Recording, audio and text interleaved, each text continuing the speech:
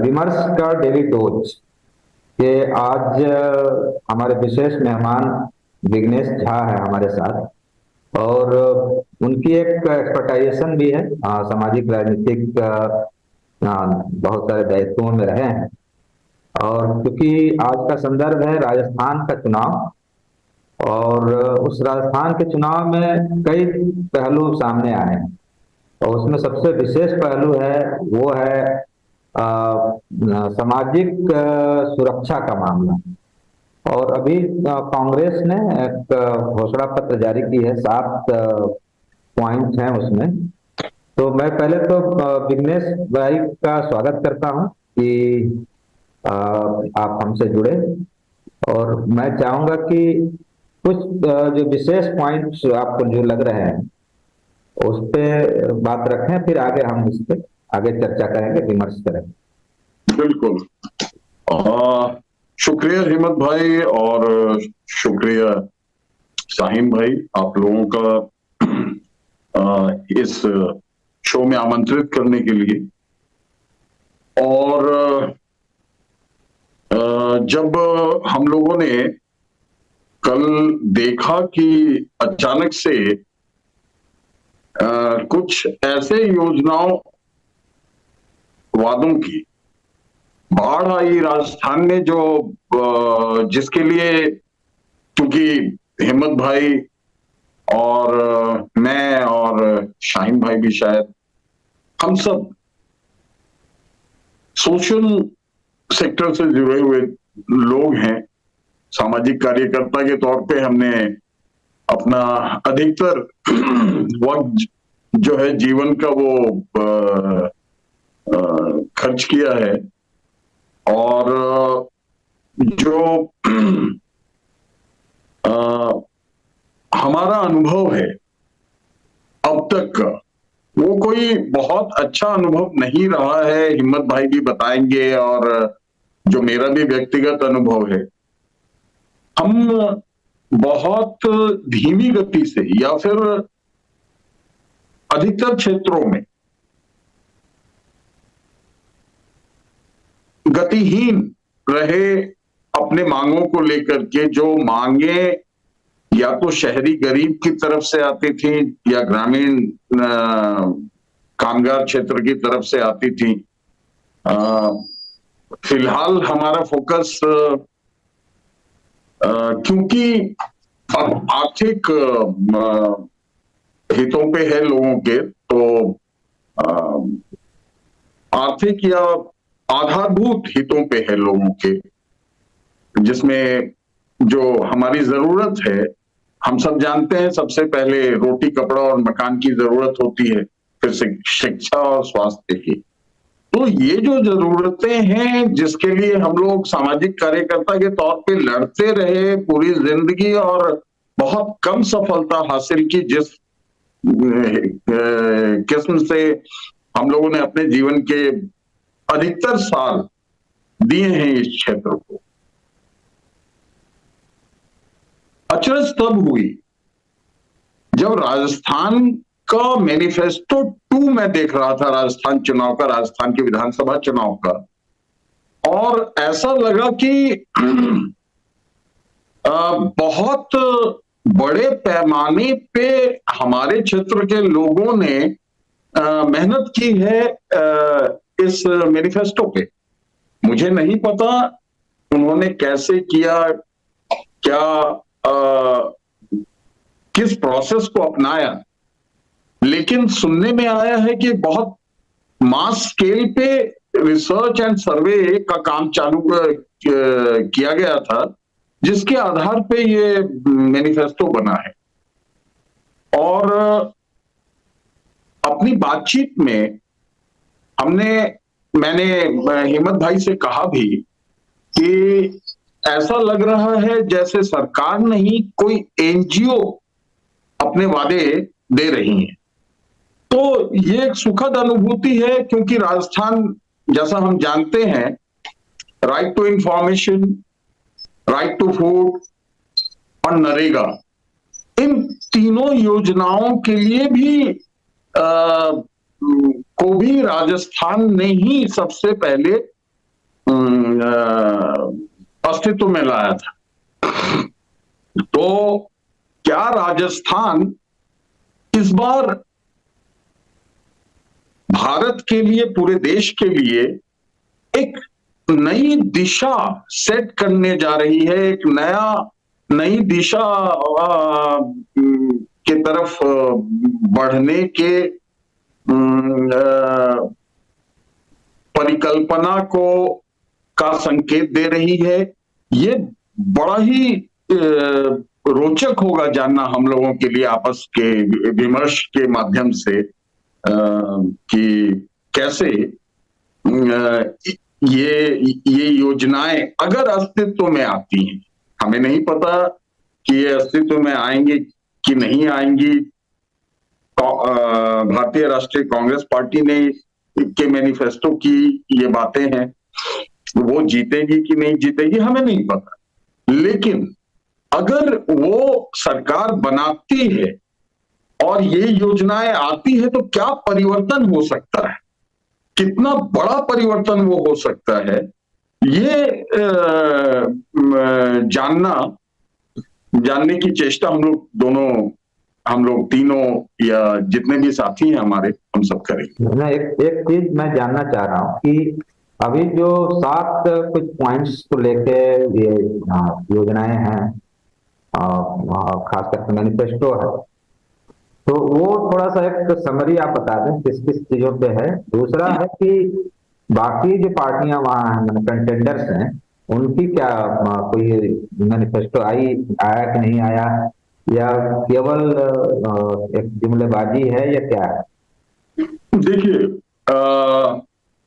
जहां तक एक शब्द आजकल बहुत अधिक इस्तेमाल किया जा रहा है, खास करके जब से पीएम मोदी ने उस शब्द को का इस्तेमाल किया था, वो एक तरह से लगातार इस्तेमाल करने वाला शब्द हो गया फ्रीबी और सामाजिक सुरक्षा योजना, इन दोनों के बीच की ये लड़ाई है। फ्रीबी दोनों ही मैनिफेस्टोज में है, भारतीय जनता पार्टी के भी मैनिफेस्टो में है और कांग्रेस के भी मैनिफेस्टो में है। बाकी पार्टियों के मैनिफेस्टो को हम लोगों ने बहुत अच्छे से अध्ययन नहीं किया उनका, क्योंकि लड़ाई में यही दोनों पार्टियां हैं, तो फ्रीबीज तो दोनों में है। और जो आपने शुरुआती 7 उन वादों का जिक्र किया, वो 7 वादे मौखिक तौर पे चले और शायद राजस्थान के ढाणी ढाणी तक पहुंच गए, गांव-गांव तक पहुंच गए। यहां जो मैनिफेस्टो मैं देख पा रहा हूं, जो रिलीज किया है भारतीय राष्ट्रीय कांग्रेस ने, वो 44 पेज का एक मैनिफेस्टो है, जिसमें किन किन क्षेत्रों को लिया है वो सारे बताऊंगा तो बहुत अधिक हो जाएगा। मुख्य तौर पे जो हमारा जिन क्षेत्रों से संबंध है वो मैं बताना चाहूंगा, जैसे किसान कल्याण, कृषि, बागवानी, कृषि विपणन, अकाल प्रबंधन, कृषि ऋण, फसल बीमा, खाद्य बीज। ये एक पहला उनका क्षेत्र है जिसको वो संबोधित कर रहे हैं। पशुपालन, डेयरी विकास, मत्स्य पालन। तीसरा सहकारिता, चौथा पंचायती राज ग्रामीण विकास, पांचवा सिंचाई, छठा पेयजल, सातवां शिक्षा, आठवां चिकित्सा स्वास्थ्य एवं परिवार कल्याण, नवा खाद्य सुरक्षा एवं नागरिक आपूर्ति, और 10वां श्रम एवं रोजगार। अभी हम इतने पे ही एक और ले लेते हैं, 14वें नंबर पे उद्योग, व्यापार व वाणिज्य। आखिरी में मैं एक और जोड़ना चाहूंगा, वन्य जीव एवं पर्यावरण। तो ये जो 12 जो 12 क्षेत्र हैं, ये दरअसल आम लोगों से विशेषकर मजदूरों, गरीबों, किसानों, असंगठित क्षेत्र के कामगारों आदि से जुड़े हुए हैं। तो मैनिफेस्टो में, अच्छा एक चीज और बताना चाहूंगा कि मैनिफेस्टो में जितनी बातें इन्होंने लिखी हैं उसके बाद मैनिफेस्टो 2 भी रिलीज किया है। अब मैनिफेस्टो 2 की बातें मैं बता देता हूं। दरअसल जो बहुत बड़ी बड़ी घोषणाएं हुई हैं वो मैनिफेस्टो 2 की है, इसमें भी है, लेकिन मैनिफेस्टो 2 में उसको और ज्यादा स्पष्टता से बताया गया है। यहां क्लैरिटी नहीं थी मैनिफेस्टो 1 में। जैसे मैनिफेस्टो 1 ने न्यूनतम ब्याज पे ऋण की बात की थी, लेकिन मैनिफेस्टो 2 जो है वो ब्याज मुक्त ऋण की बात कर रही है। कुछ क्षेत्रों में कुछ ये कुछ व्यवसायी और किसानों और शिक्षित बेरोजगारों के लिए।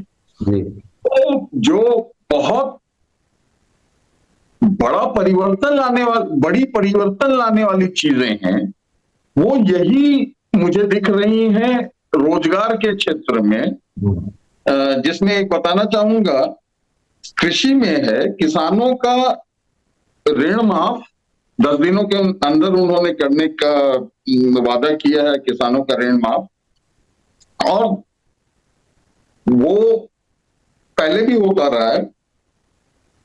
ये जो खास बात है कि 2 लाख रुपए तक का ब्याज मुक्त ऋण, 2 लाख रुपए तक का ब्याज मुक्त ऋण, कोई ब्याज नहीं, 2 लाख रुपए तक के किसानों के कर्ज पे। तो ये जो हम लोग पिछले कुछ दशकों से किसानों की आत्महत्या 50,000, 1 लाख, 1.5 लाख, 2 लाख रुपए के लिए किसानों की आत्महत्या की जो घटनाएं हो रही थी, इन पे अंकुश, अगर ये योजना लागू हो जाती है तो इन पे अंकुश लगाया जा सकता है ये। अच्छा, दूसरी बात है फसल बीमा और वृद्ध किसानों को पेंशन। तो ये 3 चीजें हो जाती हैं। इसके साथ इन्होंने एक और चीज की है कि न्यूनतम समर्थन मूल्य देने का की गारंटी दी है। जो जिस न्यूनतम समर्थन मूल्य की मांग किसान आंदोलन के माध्यम से किसान करते रहे, 1 साल से अधिक समय तक बैठे रहे, केंद्र सरकार के से उनकी मांग थी, लेकिन उनकी मांगे जो है वो 1 साल से ज्यादा समय धरने पर बैठने और 750 किसानों के शहादत के बावजूद उन्हें नहीं मिल पाई। वो चीज ना तो पंजाब में दिखी, ना हरियाणा में दिखी, ना दिल्ली में दिखा, जबकि यहां पे उनका धरना हुआ था। वो उसका असर राजस्थान में दिख रहा है कि राजस्थान एमएसपी पे खरीद की बात कर रही है, और उतना ही नहीं कर रही है, जो वृद्ध किसान हैं, जो एक आयु वर्ग से ऊपर के हैं, वो स्पष्ट मैं देख नहीं पाया कि क्या आयु इन्होंने बताया है, लेकिन एक आयु वर्ग से ऊपर के किसानों को पेंशन की व्यवस्था की है। 2 लाख रुपए तक का ब्याज मुक्त ऋण जो है उसको वो एक प्रभावी हथियार होगा एक बेरोजगारी से लड़ने के लिए, या फिर किसानों की जो स्थिति है उससे उन्हें उबारने के लिए। फसल बीमा एक शायद बहुत कम दर पे या मुफ्त, ये बहुत ही क्लियर नहीं है अभी, आगे और स्पष्टता आएगी, लेकिन ये भी एक गेम चेंजर साबित हो सकता है। उसके अलावा पशुपालन एवं डेयरी को किसान कृषि कार्यों से जोड़ा है उन्होंने, और वहां कम दरों पे ऋण की बात की है। वहां अभी मैं यहाँ रोकूंगा आपको। डिटेल में तो कृषि वाले पे तो जो है वो है ही। मैं थोड़ा चाह रहा था कि एक एक पॉइंट करके, जैसे महिलाओं के लिए शायद उन्होंने कहा है कि घर की प्रमुख जो महिला है या जी, उन्हें उसको शायद 1,000 या 10,000 रुपये साल का देंगे। 10,000 सालाना के लिए उन्होंने कहा है। 2,000, 2 लाख शायद या 10 लाख नौकरी का कुछ मामला। हाँ, 10 लाख नौकरियों की भी बात की है। इसके पहले जो स्कीम चल रही थी जी, उसमें ये जानना चाह रहा हूँ कि इसमें 2-3 स्कीम खास करके जो हेल्थ को लेके शायद एक हाँ, हेल्थ के लिए जो इन्होंने किया है बेंचमार्क वो है शायद। वो बहुत ज्यादा अपील कर रहा है, सराहा जा रहा है, और उसको इन्होंने बढ़ाया भी है। जो 25 लाख तक के मुफ्त इलाज की गारंटी दे रही थी राजस्थान सरकार, उसको बढ़ा के दूना कर दिया है, डबल कर दिया है, 50 लाख तक का कर दिया है। पहली बात। दूसरी बात क्या की है उसमें कि 15 लाख तक की आपदा राहत बीमा योजना भी की है कि अगर किसी आपदा में किसी के साथ कोई दुर्घटना हो गई, कोई चिकित्सकीय आवश्यकता आ गई, तो 15 लाख रुपए तक का इलाज वो आपदा राहत वाले बीमा से भी करवा सकते हैं। तो मेरे ख्याल से स्वास्थ्य पे बहुत ज्यादा जोर डाला है। मैंने महिलाओं वाले उस वादे को बहुत गंभीरता से इसलिए नहीं लिया क्योंकि वो फ्रीबी में, कहा जा सकता है कि वो फ्रीबी में आता है। हालांकि अगर वो घर की जो मुखिया है महिला, उनको दिया जा रहा है, तो वो एक तरह से उसकी आवश्यकता है, अभी समाज में है उसकी आवश्यकता। जिस तरह की हमारी अर्थव्यवस्था का मार झेल रहे हैं लोग, खास करके ग्रामीण इलाकों के लोग, तो उसकी आवश्यकता है, लेकिन वो फिर भी फ्रीबी में आ जाएगा। यहाँ पे जो मुझे दिख रहा है इस मैनिफेस्टो में जो खास चीज दिख रही है वो ये दिख रही है कि फ्रीबी तो ठीक है, वो तो टेम्परेरी है, वो तत्काल दी जाने वाली राहतें हैं, 5 साल दी जाएंगी या 10 साल दी जाएंगी, लेकिन वो समाधान नहीं है हमारे इकोनॉमी को वापस पटरी पे लाने, वापस दुरुस्त करने का। तो वापस दुरुस्त करने के लिए आपको ऐसी योजनाएं लानी पड़ेंगी। जो खास बात है वो यही है कि ऐसी योजनाएं आपको लानी पड़ेंगी जिन योजनाओं के माध्यम से आप सहायता करके लोगों को स्वनिर्भर बनाए, फिर वापस उनकी आय वो खुद बढ़ा सकें, ऐसी स्थिति पैदा करें। तो वो चीज दिख रही है इस मैनिफेस्टो में। जी, लेकिन एक चीज अब जानना चाहूंगा, यहाँ थोड़ी आवाज काफी तेज हो गई है। अच्छा, और कहाँ से हैं आप? अगली योजना के बारे में। जी, आपकी आवाज स्पष्ट नहीं हो पाई, फिर से। अभी यहाँ शायद कुछ शादी ब्याह का मसला है, ढोल ताशे बज रहे हैं। अच्छा अच्छा अच्छा, लेकिन इस पे नहीं आ रहा। कि मेरा ये कहना है कि अभी राजस्थान सरकार ने जी, खास करके गिग वर्कर्स के लिए एक कानून बनाया जी, और शायद देश का ये पहला प्रदेश है जी, जहाँ गिग वर्कर्स जो डिलीवरी करते हैं, सामान पहुंचाते हैं, उनकी सुरक्षा के लिए शायद, और लोग ये भी कह रहे हैं कि इसको पूरे देश में भी इसको रेप्लिकेट किया जाए, बिल्कुल लागू किया जाए। तो देखिए, गिग वर्कर्स तो एक रिवॉल्यूशन है ही, एक क्रांति है ही गिग वर्कर्स के लिए कानून लाना, क्योंकि गिग वर्कर्स पे ना तो उनकी उनकी उनके हालतों पे ना तो किसी की निगाह थी, ना ही उन्होंने अपने डिमांड को कभी अच्छे तरीके से रखा था। लेकिन all of a sudden Rahul Gandhi gig workers से मिलते हैं और उनके जो उनकी समस्याएं हैं वो निकल के आती हैं, और ये भी निकल के आता है कि उनके लिए तो अभी तक कोई कानून ही नहीं है। तो ये क्रांतिकारी कदम उठाया, लेकिन उसके साथ एक और क्रांतिकारी कदम राजस्थान उठाने जा रही है, तभी ये खास है, तभी ये प्रदेश और इस प्रदेश में जो अभी कांग्रेस की सरकार है और जो मैनिफेस्टो लेकर के आई है, वो खास इसलिए हो जाता है कि असंगठित क्षेत्र के मजदूरों के लिए ये एक और बहुत बड़ा ये प्रॉमिस कर रही है कि असंगठित क्षेत्र के मजदूरों के लिए मजदूर एवं कामगार कल्याण बोर्ड की स्थापना की जाएगी। मजदूर एवं कामगार कल्याण बोर्ड की स्थापना की जाएगी,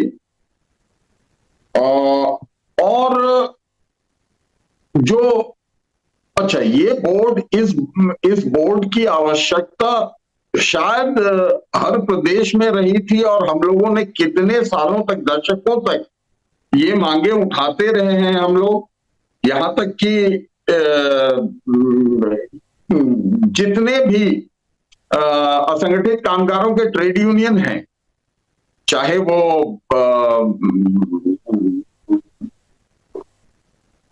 ये स्ट्रीट वेंडर्स के लिए, ठेले रेडी पटरी वाले के लिए काम कर रहे हो, चाहे वो राइस पिकर्स के लिए काम कर रहे हो, चाहे वो रिक्शे वालों के लिए काम कर रहे हो, चाहे वो किसी और क्षेत्र के लिए काम कर रहे हैं, चाहे वो मैला ढोने वालों के लिए काम कर रहे हो, सबकी ये डिमांड रही है पिछले कुछ दशकों में कि हमें अपने अपने व्यवसाय के हिसाब से एक कामगार कल्याण बोर्ड दिया जाए, उनका कामगार उनके कल्याण बोर्ड का गठन किया जाए।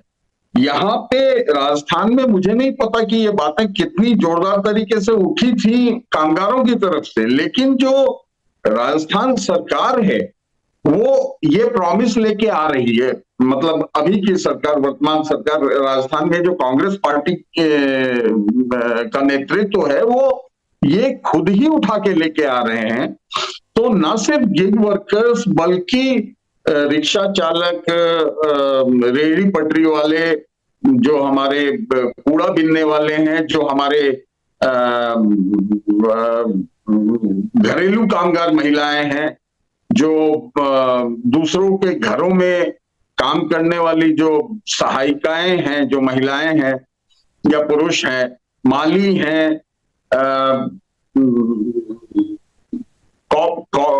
कॉबलर हैं जो जूते सीने का काम कर रहे हैं, जो रोड साइड के रिपेयरिंग वाले दर्जी हैं, बहुत सारे सेक्टर्स हैं जिनको जो अपना अपना अपना जीवन स्तर ऊंचा करना चाहते हैं, लेकिन छोटी छोटी सहायताओं की वजह से नहीं कर पाते हैं। 50,000, 1 लाख, 2 लाख की सहायता से मशीन खरीद के एक सड़क के किनारे पटरी पे बैठ के या फिर किसी सस्ती जगह पे छोटा दुकान लेकर के वो व्यवसाय बढ़ा करके अपना जीवन स्तर सुधार सकते हैं, लेकिन उसके लिए पहल नहीं हुई थी। फ्रीबी से ऐसी चीजें नहीं हो सकती जो लॉन्ग टर्म तक सस्टेन करे, जो जो जो जो एक लंबे समय के लिए प्रभावी हो और हमारे अर्थव्यवस्था को एक उछाल दे सके। लेकिन ऐसे छोटे छोटे कदमों के माध्यम से वो किया जा सकता है। तो खास ये बात है कि ऐसी जो योजनाएं हैं, अगर धरातल पर ये उतर पाई तो सचमुच एक क्रांतिकारी कदम होगा। जी, लेकिन आपसे बात करते हुए 2-3 बातें और भी उभर के आ गई, शायद इससे संदर्भ नहीं है, लेकिन राजस्थान चुनाव है तो और यहाँ दो प्रमुख रूप से आरोप लगाए जाते हैं, जी और खास करके किसी दर्जी की जो हत्या होती है उसको बड़े उछाल उछाल कर बताया जाता है, जी या ऐसा आप चाहते हैं।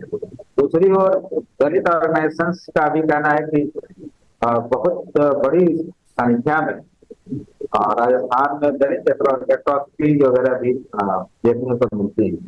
तो इस पे कहीं कोई लगाम लगाने की कोशिश कांग्रेस की ओर से, या उन तमाम सामाजिक समूहों को जी जोड़ने की जी कोशिश, ये मैं जी थोड़ा जानना ठीक। जी जी जी जी इस मैनिफेस्टो में उसकी चर्चा है।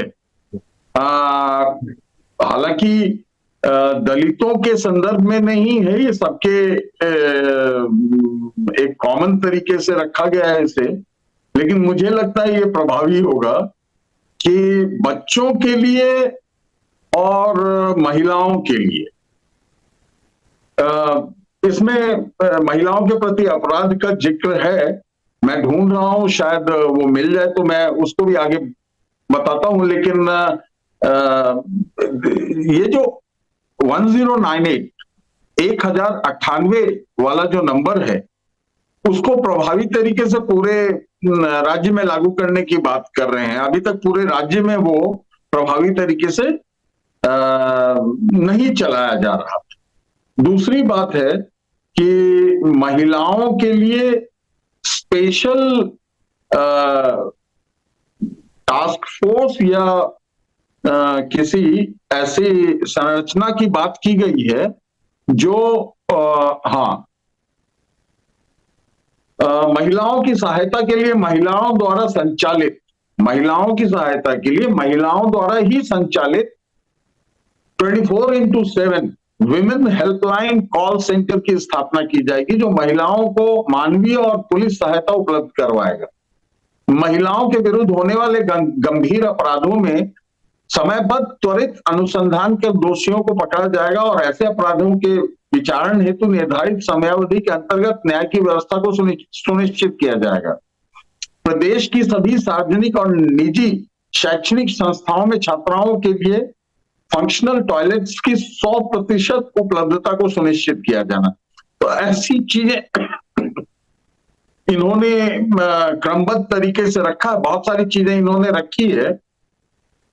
ये सच में एक चिंता की बात है कि दलितों के प्रति जो अपराध समाज में बढ़ते जा रहे हैं, उसमें जो कुछ ऐसे प्रदेश हैं, देखिए बड़ा ही उन्नत प्रदेश है राजस्थान। अगर आर्थिक दृष्टि से देखें तो उन्नति की तरफ बढ़ने वाला राज्य दिखता है वो, लेकिन जो सामाजिक व्यवस्था है, जो हमारे रूढ़िवादी व्यवस्था को ढोने की बात है, तो राजस्थान उसमें भी बहुत आगे है। इसको बदलने के लिए समय चाहिए, लेकिन अभी जिस प्रकार से ये धर्म का ओवरडोज लोगों को दिया जा रहा है विभिन्न राजनीतिक और अन्य संगठनों के द्वारा, तो वहां पे ही जड़ है इस प्रकार के अपराध की, क्योंकि वो जो मनुवादी व्यवस्था है वो लोगों को जाति में विभक्त करती है, और कुछ जातियों के लिए उन्होंने बहुत ही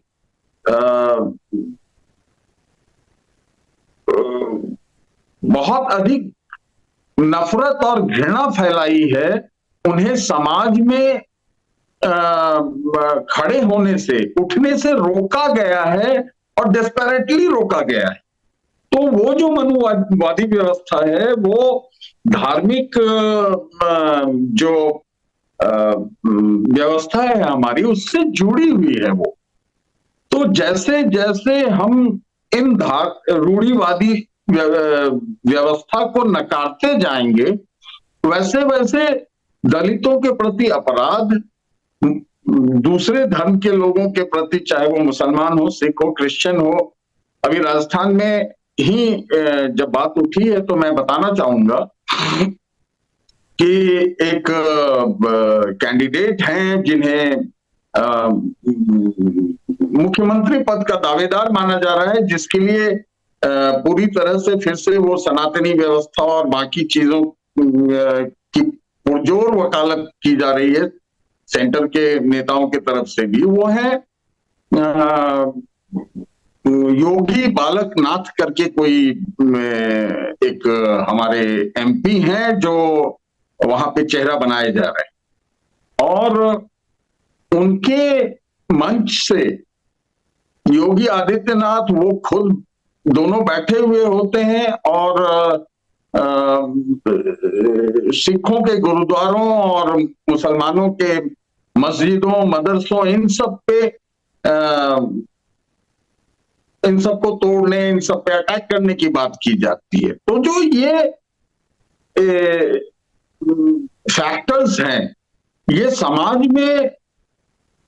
समाज को बांटे रखते हैं। वर्ण व्यवस्था में आपने राजस्थान से जो घटनाओं का अगर आपने आकलन किया हो, तो दलितों के प्रति अपराध करने वाले अधिकतर लोग ऊंची जातियों, सवर्ण जातियों से आते हैं, और सवर्णों की जो मानसिकता है, अच्छा, वो छुपी हुई नहीं है, और उसके जड़ में कहीं ना कहीं जो मनुस्मृति है या जो हिंदुत्ववादी विचारधारा है, क्योंकि हिंदुत्व के विचार के पोषक भी वही हैं जो अक्सर दलितों पर अत्याचार करते हुए दिखते हैं। कई बार तो सीधा संबंध भी स्थापित हुआ है जो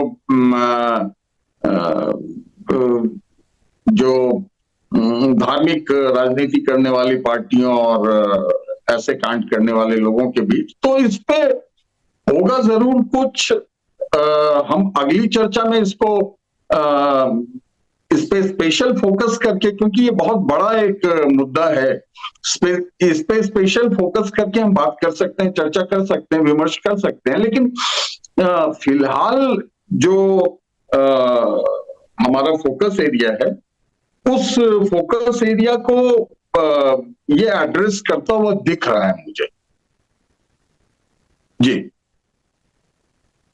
मेवात का जो एक इलाका है, जी जी जी, जो दोनों हरियाणा में भी पड़ता है और राजस्थान में भी पड़ता है, जी जी जी, और उसको एक बहुत हाईली कम्युनल जोन बनाने की पूरी कोशिश रहती है। शायद वहीं से रोटी सेकने की बात होती है। तो जी जी, बालकनाथ जी भी वहीं से हैं। जी जी।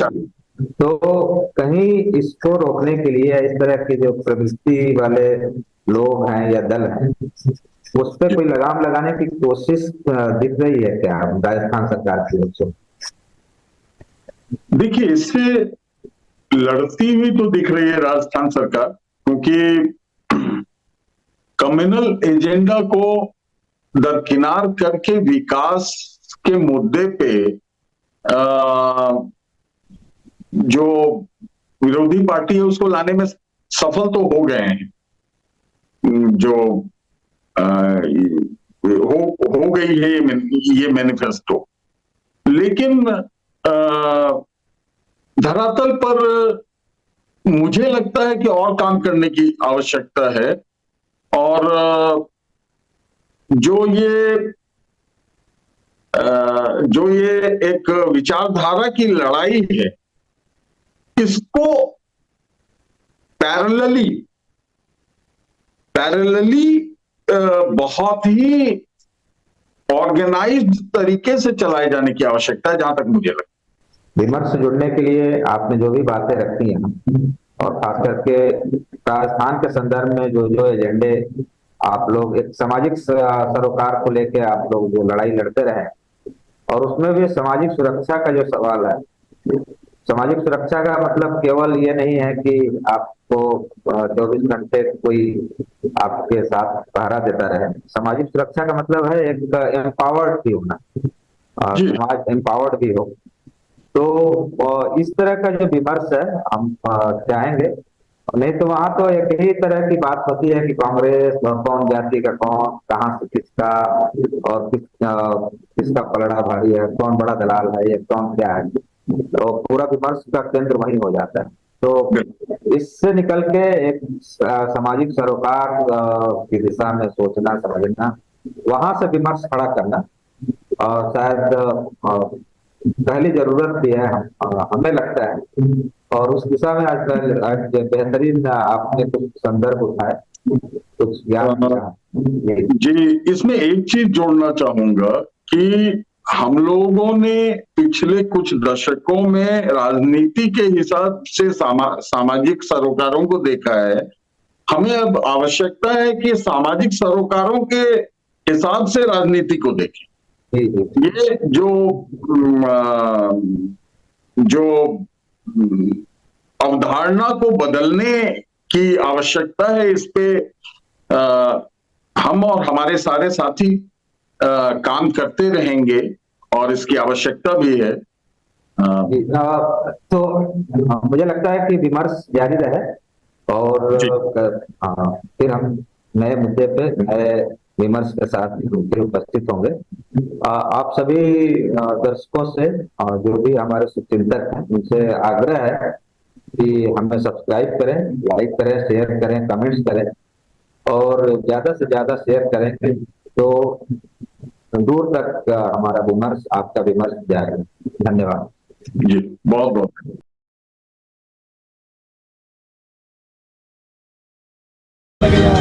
इन्होंने पूरा हमने क्या पता नहीं वालों को भी।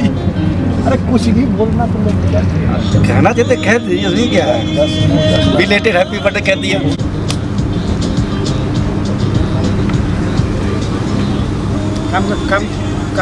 काम करते हुए करो। सोचेंगे सब सच अली पीट करके इधर खड़े हो जाना, लगेगा कि हम तुम्हारा एंट्री कर रहे हैं।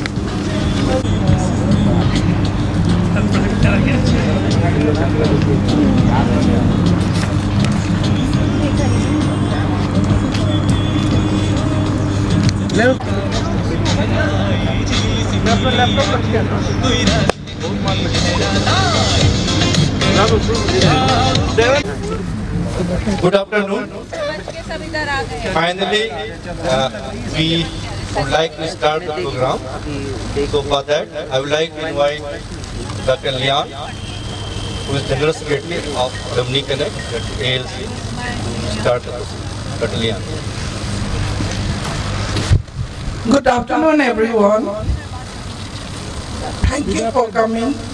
In spite of many happening things happening right now, we have so many people who wants to come, but so many people who could not come because right now we are having the elections counting, and as all JNU students, we are all interested.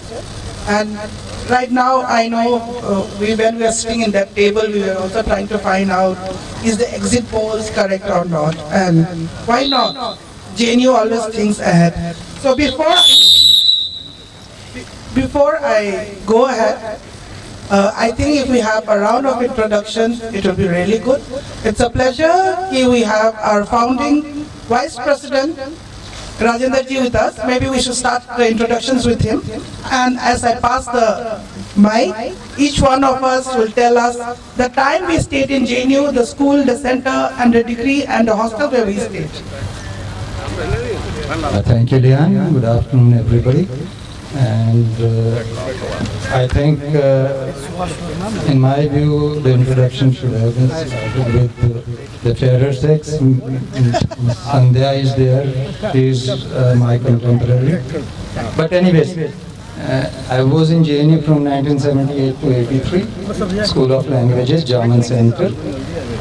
And thereafter I took a job in the banking industry. I got retired and rather I took BRS in 2011. Thereafter I am associated with this project but due to some domestic issues, problems, I had to quit in the office bearers team.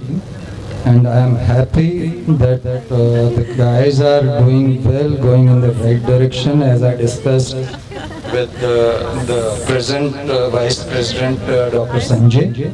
So I am quite confident, and I can rely on the team. But I would rather request you, suggest you to ask for any questions that you have in your mind. Ask for transparency, and it's hard-earned monies. We Genuites know how we have been coming. All of us have come from very humble backgrounds. We don't have that sort of money. So please ask questions. Satisfy yourself before investing, and all the best to you all. Thank you very much for coming. Thank you. After hearing words from our founding Vice President, right now to the present Vice President. Good afternoon all. I'm Professor S.N. Prasad, and first let me welcome you all. Despite of all odds, you have managed to come here. That is the great thing for us. And we Genuites always boast, telling that what Genu thinks today, the nation thinks tomorrow. So we are not disheartened by the things, political things and other things. Our colleagues, our friends who had already registered here, almost 150 or 20 people had registered, they have paid for coming here, and we have prepared everything according to that attendance. But due to various reasons, they have not been able to make themselves available here. But nevertheless, we are not disheartened, and we are encouraged by your presence. And in future, we are small but very potential. So in future, we are going to rise, and as JNU has always been a very, very forward-looking people, and that's why we are JNU. That's why we are far-sighted persons. That and there lies the potential of JNU. So I just welcome here, and I, on behalf of ALC, as well as on my personal behalf, welcome you all here. And since a lot of people are here, so this is the introduction session. So let us introduce each other, and then I'll come to you later. Thank you.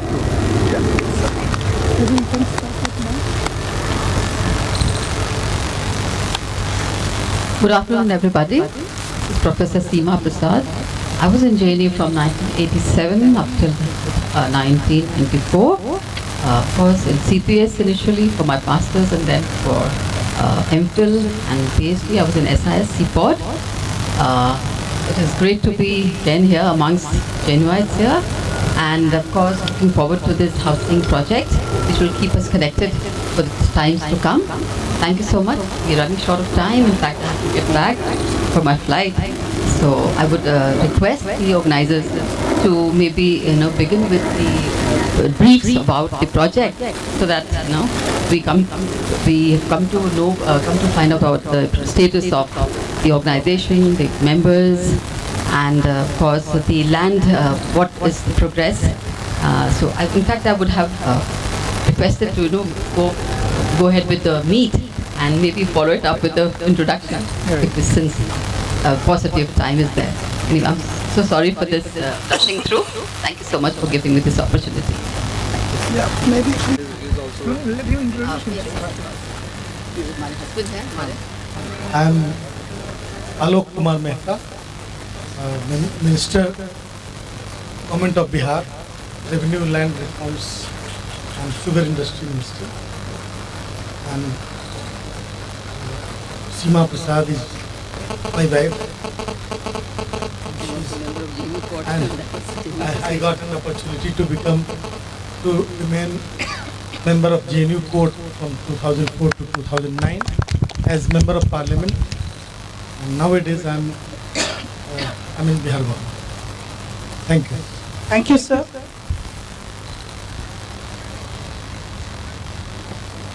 Good afternoon. Myself Vinod Kumar. I was in SCS JNU 1999 to 2006, and currently I am at AIMS New Delhi, associated with this project since last about a year.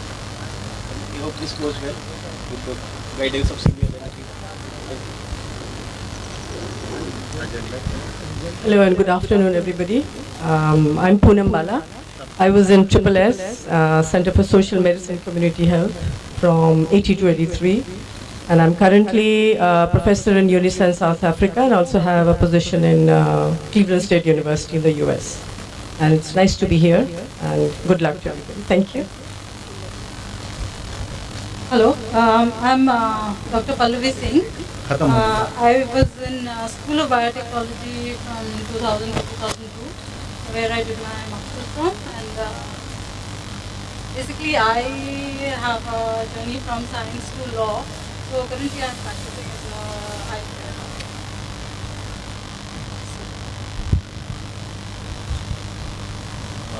Good morning, everybody. I'm Jitendra Uttam.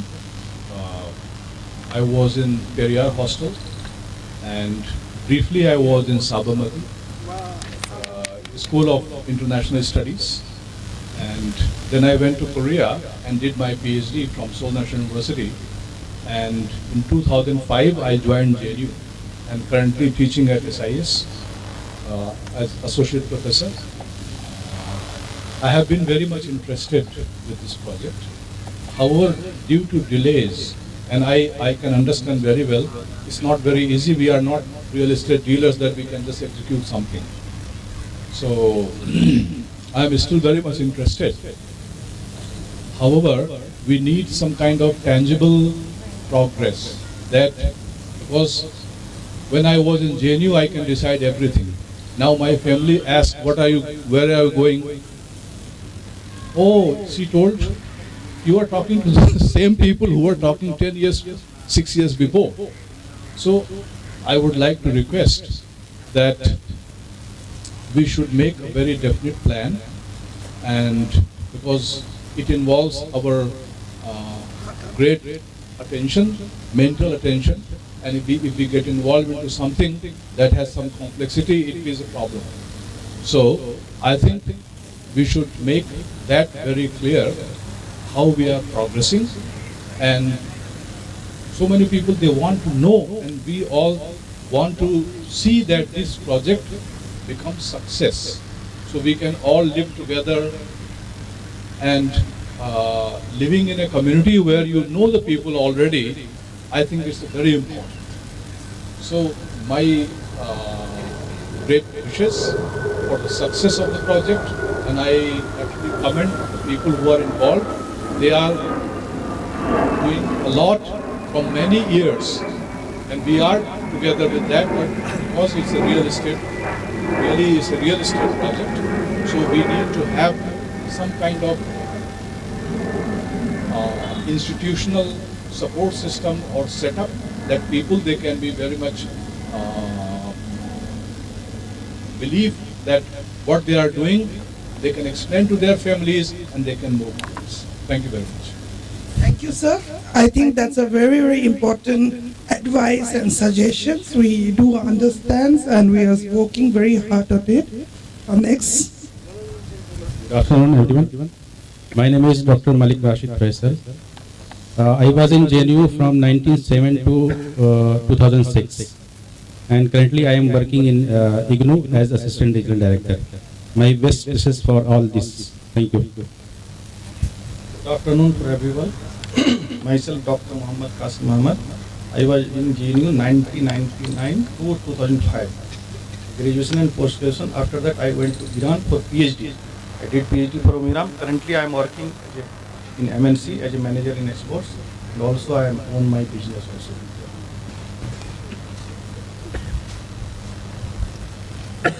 Good afternoon, everyone. Myself, Dr. Ritu, and my JNU time period was from 2013 to 22. and right now I'm teaching in Dr. Bhimrao Ambedkar College, history subject. Thank you.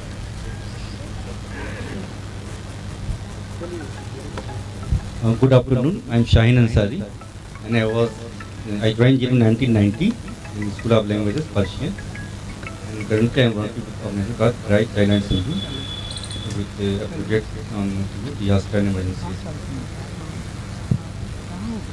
नमस्कार, मेरा नाम संध्या चौधरी है। मैं 1980 से 84 तक CIL school of languages में थी और 84 से लेकर 2021 तक नाबार्ड में नौकरी की है और 2 साल हो गए रिटायर हुए और अब दिल्ली में बसे हुए हूँ।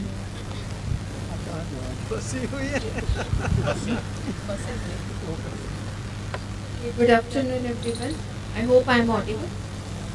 So I am Dr. Raj, and I started in JNU from 2003 to 2010 as a MPhil and PhD student, and then after working as an assistant professor in Malaysia for 5 years.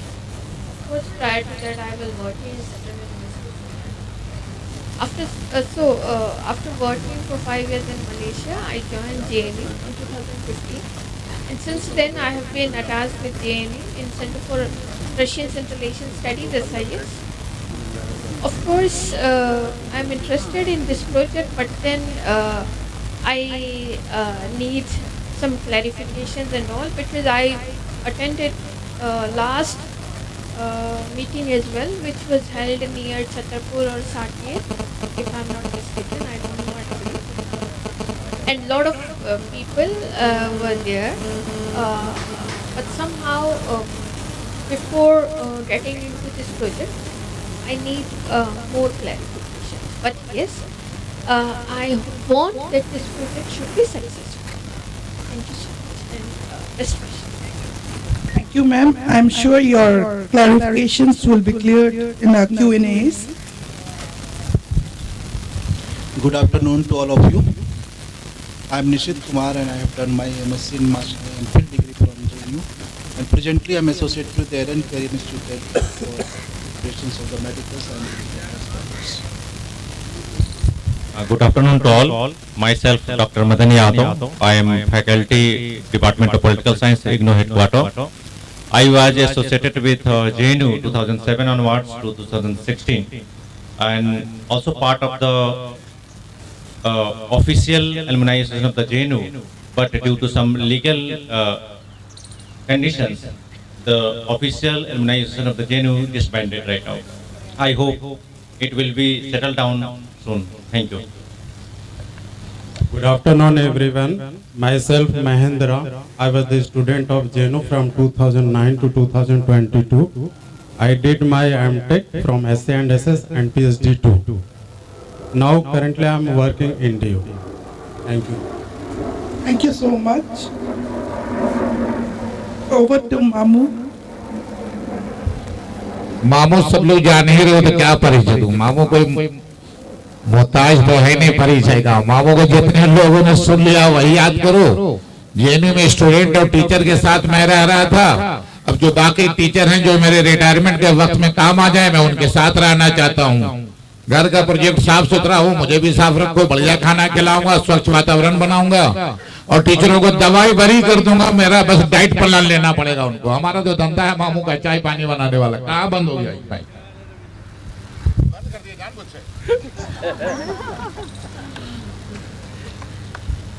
Hello, good afternoon to everybody. I am Abhay Kumar Singh. I did my MA and MPhil from JNU, CHS, School of Social Sciences. Presently I was working as professor in Gujarat University, Ahmedabad. Now I am retired and work and living with my son in Gurugram. Thank you.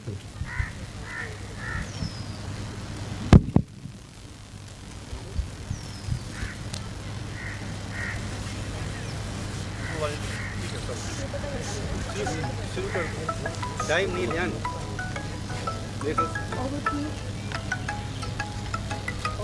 Hello. On कीजिए। Yeah. Over to Sanjay sir, who is also the treasurer, to give his round of introductions as well as the setting of this Alumni Connect. Good afternoon all, मेरा नाम संजय है और मैं अभी Pataliputra university में पढ़ा रहा हूँ पॉलिटिकल साइंस। यहाँ से 1984 में मैंने ज्वाइन किया था JNU और वो सेंटर था centre for American and waste European studies SIS का, और वहाँ से मैंने MPhil और PhD की डिग्री ली है। और फ़िलहाल मुझे ट्रेजरर का भार सौंपा गया है अलुमनाई कनेक्ट में। मैं ये बता दूं, जो थोड़ा बहुत जो इंट्रोडक्शन आ रहा था लोगों का, उसमें एक बात कॉमन थी कि काफ़ी लंबे समय से ये एल जोन का काम चल रहा है, लेकिन अभी तक ये सेटल नहीं हो पाया है। मैं आपको ये बता दूं, 10 साल पहले ये जो कंसेप्ट है कंसीव किया।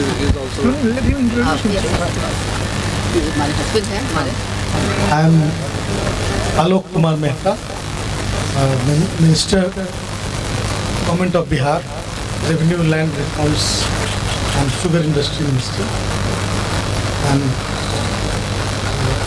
Seema Prasad is my wife. And I got an opportunity to remain member of JNU Court from 2004 to 2009 as member of Parliament, and nowadays I'm in Bihar. Thank you. Thank you, sir.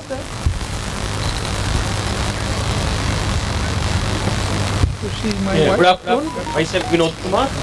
I was in SCS JNU 99 to 2006, and currently I'm at AIMS New Delhi, associated with this project since last about a year. We hope this goes well with the guidance of senior management. Hello and good afternoon, everybody. I'm Poonam Bala. I was in SSS, Center for Social Medicine and Community Health, from 80 to 83. And I'm currently a professor in UNICEF South Africa, and also have a position in Cleveland State University in the US. And it's nice to be here, and good luck to everybody. Thank you. Hello, I'm Dr. Pallavi Singh. I was in School of Biotechnology from 2000 to 2002, where I did my master's from. And basically, I have a journey from science to law. So currently, I'm practicing as a high court.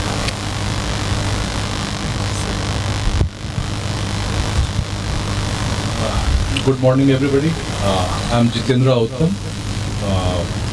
I was in Periyar Hostel, and briefly I was in Sabarmati, School of International Studies, and then I went to Korea and did my PhD from Seoul National University, and in 2005 I joined JNU.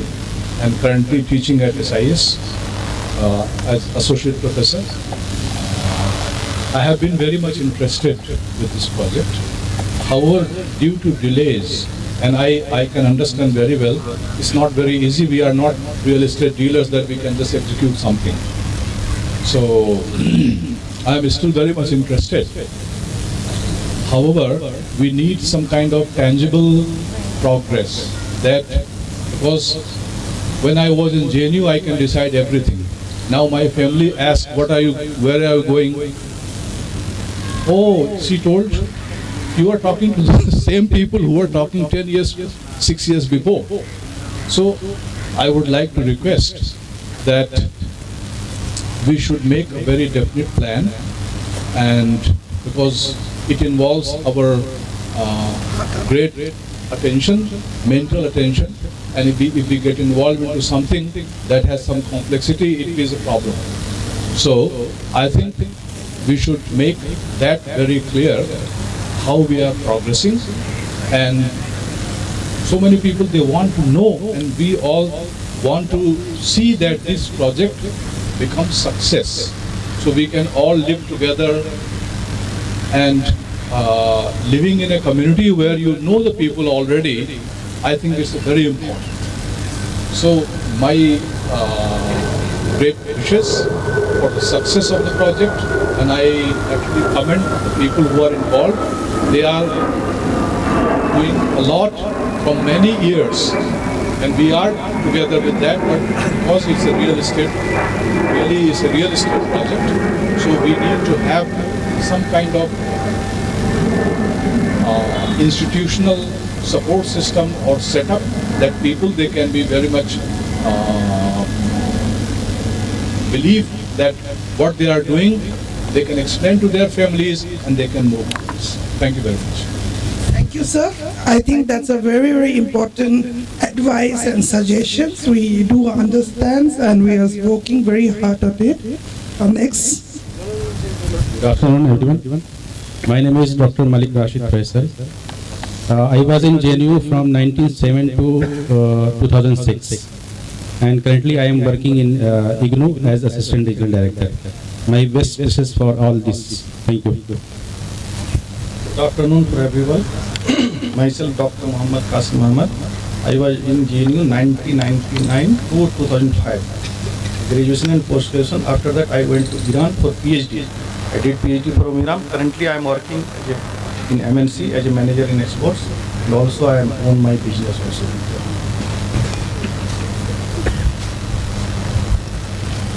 Good afternoon, everyone. Myself, Dr. Ritu, and my JNU time period was from 2013 to 22, and right now I'm teaching in Dr. Bhimrao Ambedkar College, history subject. Thank you.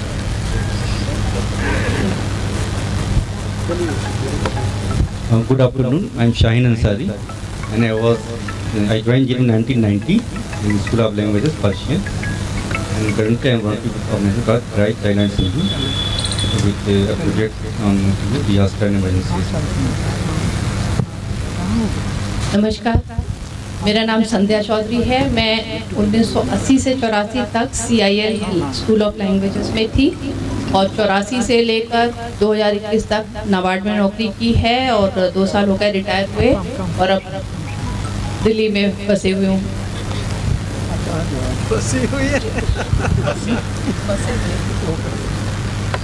Good afternoon, everyone. I hope I am audible. So I am Dr. Raj, and I started in JNU from 2003 to 2010 as a MPhil and PhD student, and then after working as an assistant professor in Malaysia for 5 years. Of course, prior to that, I was working in Central University. After working for 5 years in Malaysia, I joined JNU in 2015, and since then I have been attached with JNU in Center for Russian Central Asian Studies (SIS). Of course, I am interested in this project, but then I need some clarifications and all, because I attended last meeting as well, which was held near Chhatarpur or Saket, if I'm not mistaken. I don't know actually.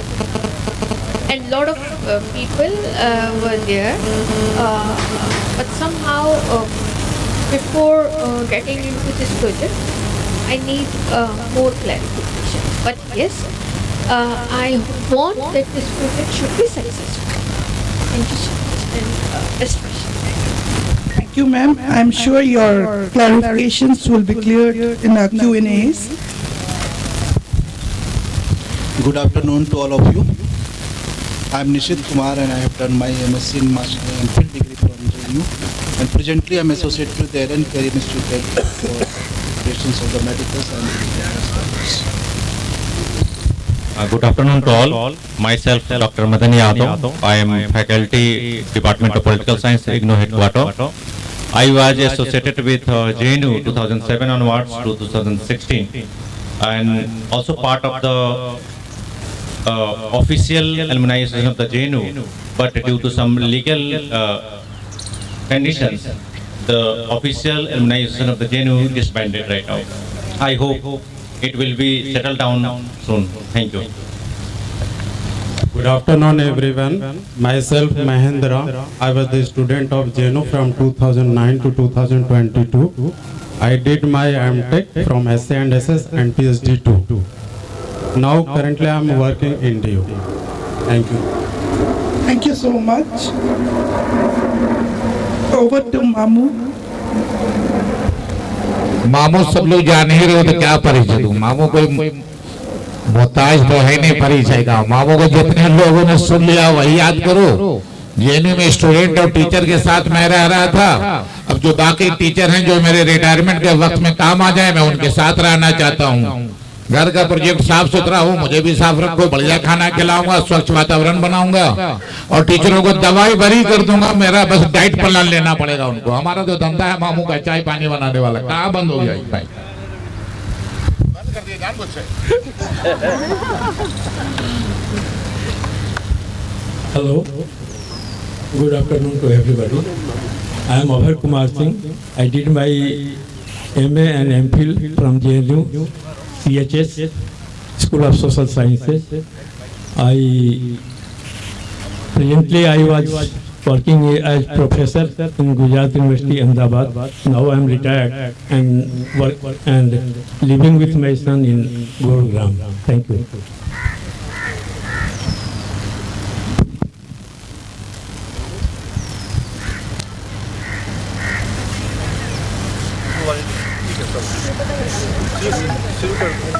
Time नहीं ध्यान देखो।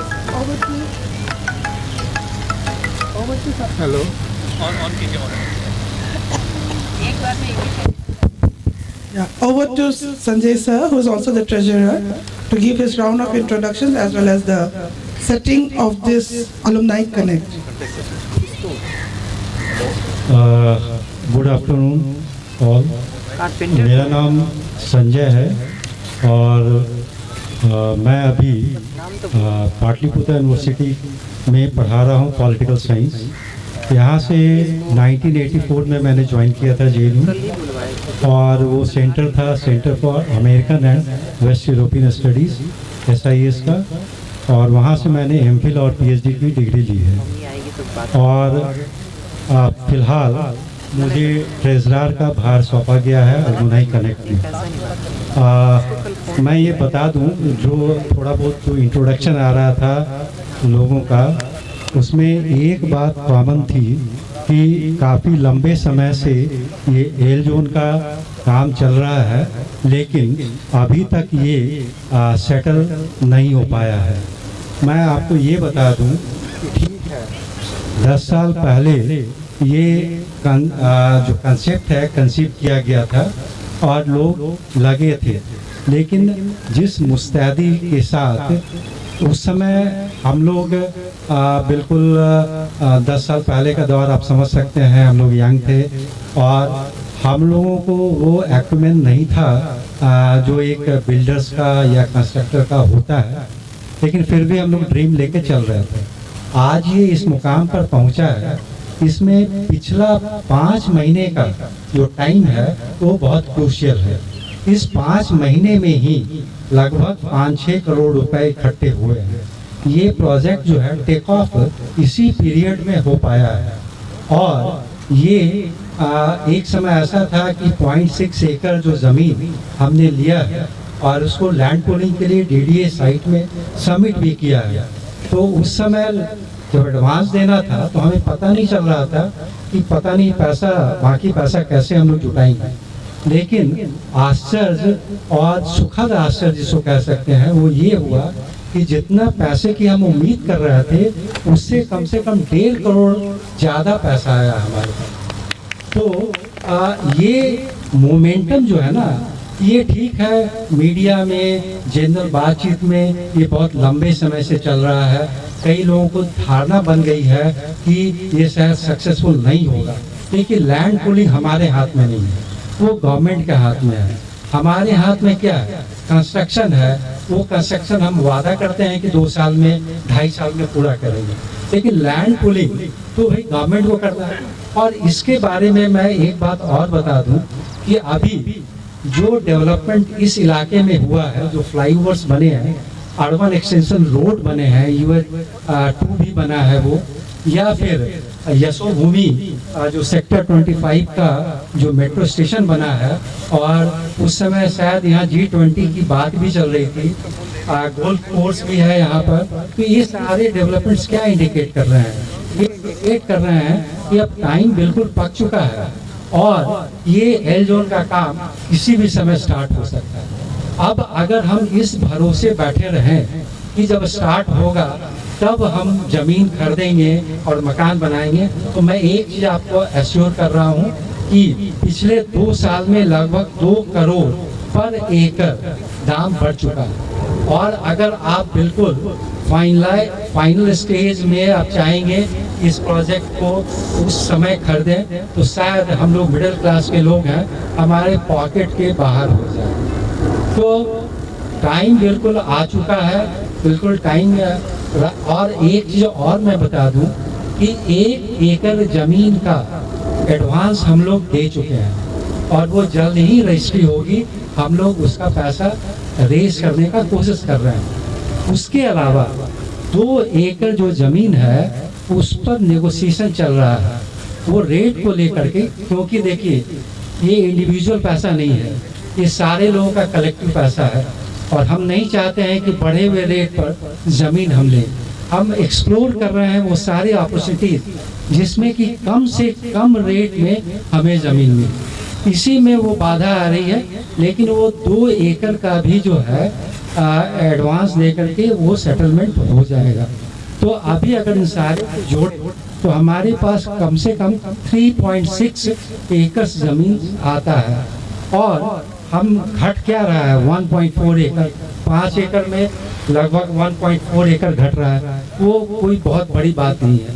और अभी तक जो members लोगों ने जो पैसा दिया है, किसी का 1 इंस्टॉलमेंट है, किसी का 2 इंस्टॉलमेंट है, तो अभी 2 और 3 इंस्टॉलमेंट्स आने बाकी हैं और हम उम्मीद कर रहे हैं कि वो पैसा आएगा। तो ये जो बचा हुआ जो 2 एकड़ और 1 एकड़ 3 एकड़ का पैसा हम लोग बिल्कुल देने की पोजीशन में रहेंगे। उसके बाद हो सकता है लैंड रेट बढ़ेगा, ये बिल्कुल डेफिनेट है। और जो बाद में जो लोग जुड़ेंगे, अगर उनकी इच्छा होगी बढ़े हुए रेट पर आने का, तो वो आ सकते हैं। ये जब तक लैंड पूलिंग चलता रहेगा तब तक, लेकिन उम्मीद है कि ये बहुत जल्द ही धरातल पर आएगा। और उसका कुछ 1-2 सेक्टर ऐसा है जहाँ पर कि कंसोर्टियम स्टेज तक पहुँच चुका है मामला। वो हमारे नीरज जी जो हैं वो बताएंगे उसके बारे में डिटेल से। तो ये सारी स्थिति है। मैंने आपका थोड़ा ज़्यादा टाइम ले लिया, उसके लिए मैं माफ़ी चाहता हूँ। अब मैं चाहता हूँ कि प्रोजेक्ट के बारे में वेयर इज लियान। Thank you sir, thank you sir, thank you sir. आपने सिर्फ कॉन्टेक्ट सेटिंग नहीं बल्कि आपकी फाइनेंशियल अपडेट्स वगैरह भी 2 in 1 में आपने सारा सब कुछ कम समय पे बहुत सारा चीज़ें बता दिया।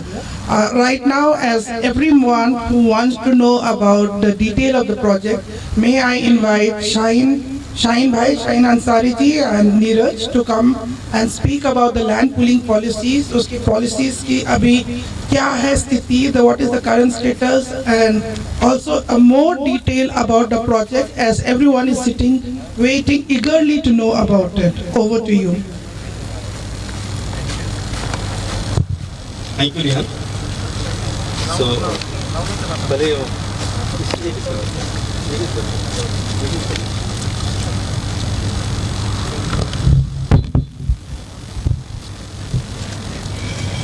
So first, you update about the land. Thank you, Lian ma'am. Myself Neeraj Kumar and I am from SNP Infraventures Private Limited. और मैं जेनू के साथ 12 साल से एसोसिएट्स हूँ। हमारी जर्नी एक पार्क से स्टार्ट हुई थी जो कि साकेत मेट्रो स्टेशन के पीछे है। उस पार्क का नाम मुझे याद नहीं आ रहा क्या था। और मुझे याद है 12 साल पहले हम एक नक्शा लेके बैठे थे जिसमें हमारे साहिन सर और लियान मैम, डॉक्टर डाका थे और पल्लव जी थे और भी कई सारे लोग थे जो चेहरे भी दिखाई नहीं दे रहे। तो वहाँ से लेके अभी 11 साल की जर्नी हमारी रही है सर, जिसमें कई सारे बाधाएं भी आई, कई सारे प्रॉब्लम भी क्रिएट हुई थी। बट अब उस स्टेज पे पहुंच चुके हैं कि प्रोजेक्ट को हम सक्सेस कर सकते हैं। तो अभी जो पुलिंग का स्टेटस है सर कि टोटल एल जोन को अगर हम ले तो L zone, N zone, P1, P2, तो जितने भी दिल्ली के अंदर लैंड है सर 23,000 हेक्टेयर के आसपास अभी लैंड वैकेंट है जिसमें डेवलपमेंट होने हैं। तो एल जोन का अगर स्टेटस लेंगे तो सेक्टर 3 ऑलरेडी कंप्लीट हो चुका है जिसमें कि 70% हो चुके हैं, कंसोर्शियम के नोटिस भी आ चुके हैं। तो फर्स्ट स्टेज क्या होता है सर कि मिनिमम लैंड पुलिंग में पार्टिसिपेट करने के लिए आपको 2 हेक्टेयर चाहिए होता है। तो 2 हेक्टेयर का मीन्स हो गया सर 5 एकड़ जमीन चाहिए होगी। 5 एकड़ में 70% लैंड आपके एक सेक्टर में होनी चाहिए, 30% आपके किसी भी सेक्टर में हो तो उस एक सेक्टर में माना जाएगा उसमें। तो अभी एल जोन का अगर आप स्टेटस बताएं तो एल जोन सेक्टर 1 से लेके और सेक्टर 41 है टोटल। तो सेक्टर 3 कंसोर्शियम के लिए क्वालिफाई कर चुका है। उसमें मैक्सिमम जो लैंड थी सर वो बाहर के इन्वेस्टर्स ने लिए हुए थे उसमें, तो वो ऑलरेडी क्वालिफाई है। कंसोर्शियम के नोटिस भी आ चुके हैं, डीडीए के बोर्ड भी लगने स्टार्ट हो चुके हैं। और सेकेंड है सर सेक्टर 14 द्वारका आपका छावला एक्चुअली 3 सेक्टर्स में है सर, 13, 14, 15। तो मेन जो लैंड है इसकी छावला की वो सेक्टर 14 में, जिसमें कल का जो अपडेट है उसके हिसाब से 69.14% के आसपास हो चुके हैं। 70% क्रॉस हो चुका है ऑलरेडी, लेकिन कुछ फाइल अभी रेवेन्यू डिपार्टमेंट में सर्वे के लिए गया हुआ है, जहाँ से वेरीफाई होने के बाद वो क्लैरिटी आ जाएगी। तो हमारे जो सेक्टर हैं सेक्टर 14 जहाँ हम अभी काम कर रहे हैं, तो ऑलमोस्ट मुझे लगता है कि सर 15 से 20 दिन के अंदर अभी 28 नवंबर तक डीडीए का वेबसाइट खुला हुआ था जिसमें आपको लैंड सबमिशन करना होता है लैंड लेने के बाद। तो वो एक्सटेंड हो गया है फिर दोबारा, वो दिसंबर तक अपडेट हो गया। तो जब ये पुलिंग वाले जो वेबसाइट है डीडीए की, जिस दिन वो क्लोज होगी मुझे लगता है कि वो 70% क्रॉस हो जाएगा। तो ये स्टेज है सेक्टर 14 का।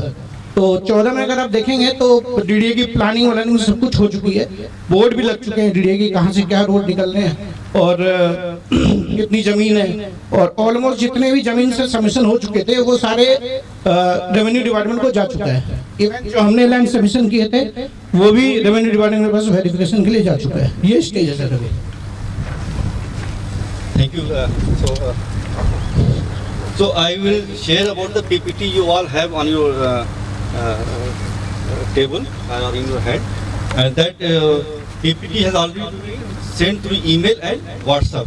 है ना, सबको भेजा जा चुका है जिन्होंने कंफर्म किया था। So सारा है। तो I hope you have gone through. So I will go to the main point so that you can see the project location, which is L zone sector 14. Total A zone में जो land है और open space 21,000 hectare.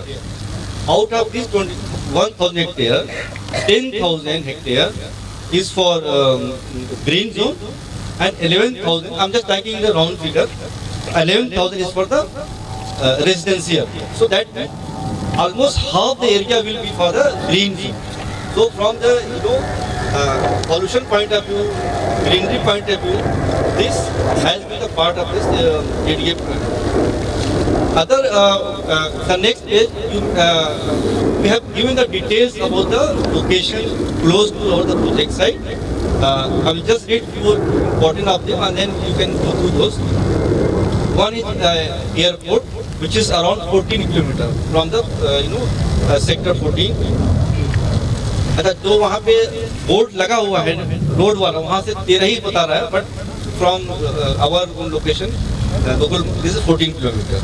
Then we have Dwarka Expressway, we have Bijwastan railway station, which is like Nizamuddin and Rohini kind of is developing. We have Diplomatic in Kilo, which is close to our site, around 4 points. So this now I will go directly to the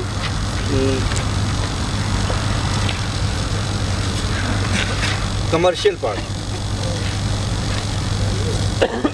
So as per the land pooling policy, we have to submit about 5 acre land. Out of those 5 acre, DDA will keep 40%, which will be around 2 acre, and will return 60% will be around 3 acre. but we will get FAR for all the 5 acre land we are submitting. This 40% will be for infrastructure like road, drainage, school, hospital. All those things will be on this 40%. So in this 60%, we will get for residential 1,26,000 FAR square feet. With commercial, you will get around 27,000. And for public utility, you will get around 10,000. These are the broad category. If, the DDA, as per the DDA. So these are the broad category. Under residence, when we are charging 2,400 per square feet, in this cost, we have also included cost of commercial and public utility. Means when you also have to add the sale of EWS to the thing. हाँ वो बात में है return पे That will also be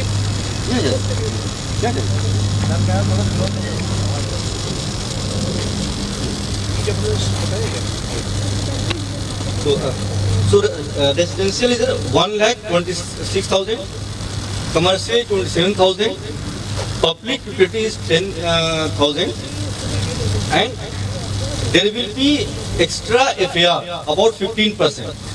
That will be economic weaker section. That is also part of our profit. The DDA will buy back, and that again. So this commercial, public utility, and EWS section will be our return benefit.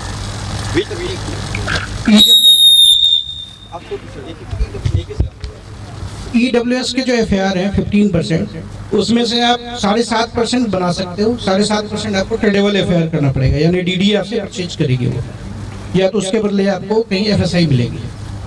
ये sir जो हम बनाएंगे उसका क्या वो DDA will buy back. Tradable FAR EWS का जो भी है ना वो DDA अलॉट करेगी, तो दे विल बाई। उसका भी हमें मतलब रिवार्ड मतलब हाँ फाइनेंशियल गेन होगा सोसाइटी को। No, we will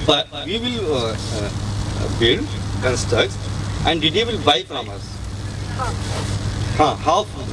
actually EWS की जो कैटेगरी के फ्लैट्स हैं मैम, उसका डिपार्टमेंट अलग होगा। उसमें जितने भी सेक्टर 14 में 236 हेक्टेयर लैंड है, 139 एकड़ हेक्टेयर लैंड वैकेंट है जिस पर डेवलपमेंट होना है। तो टोटल प्रोजेक्ट के जितने भी EWS FAR होंगे वो DDA आपसे ट्रेडेबल FAR परचेज करेगी और उसको एक जगह लेके और फिर DDA हाउसिंग स्कीम के थ्रू उसको अलॉटमेंट करेगी। वो पैसा देना ट्रेडेबल यही होता है ना। Tradable means buying back your FAR। तो सोसाइटी को पैसा मिलेगा ना, उसका पैसा सोसाइटी को मिलेगा। हाँ नहीं, आप चाहें तो जैसे आपके EDC IDC चार्जेस वगैरह लगेंगे तो उसमें आप DDA के साथ बार्गेनिंग कर सकते हैं। You will get the money for that also. ठीक है, इसके और कोई question so that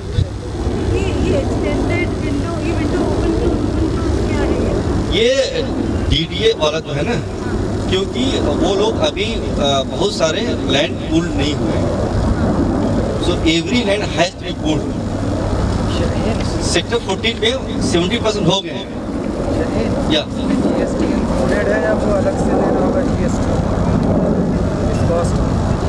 GST included नहीं है इसके अंदर।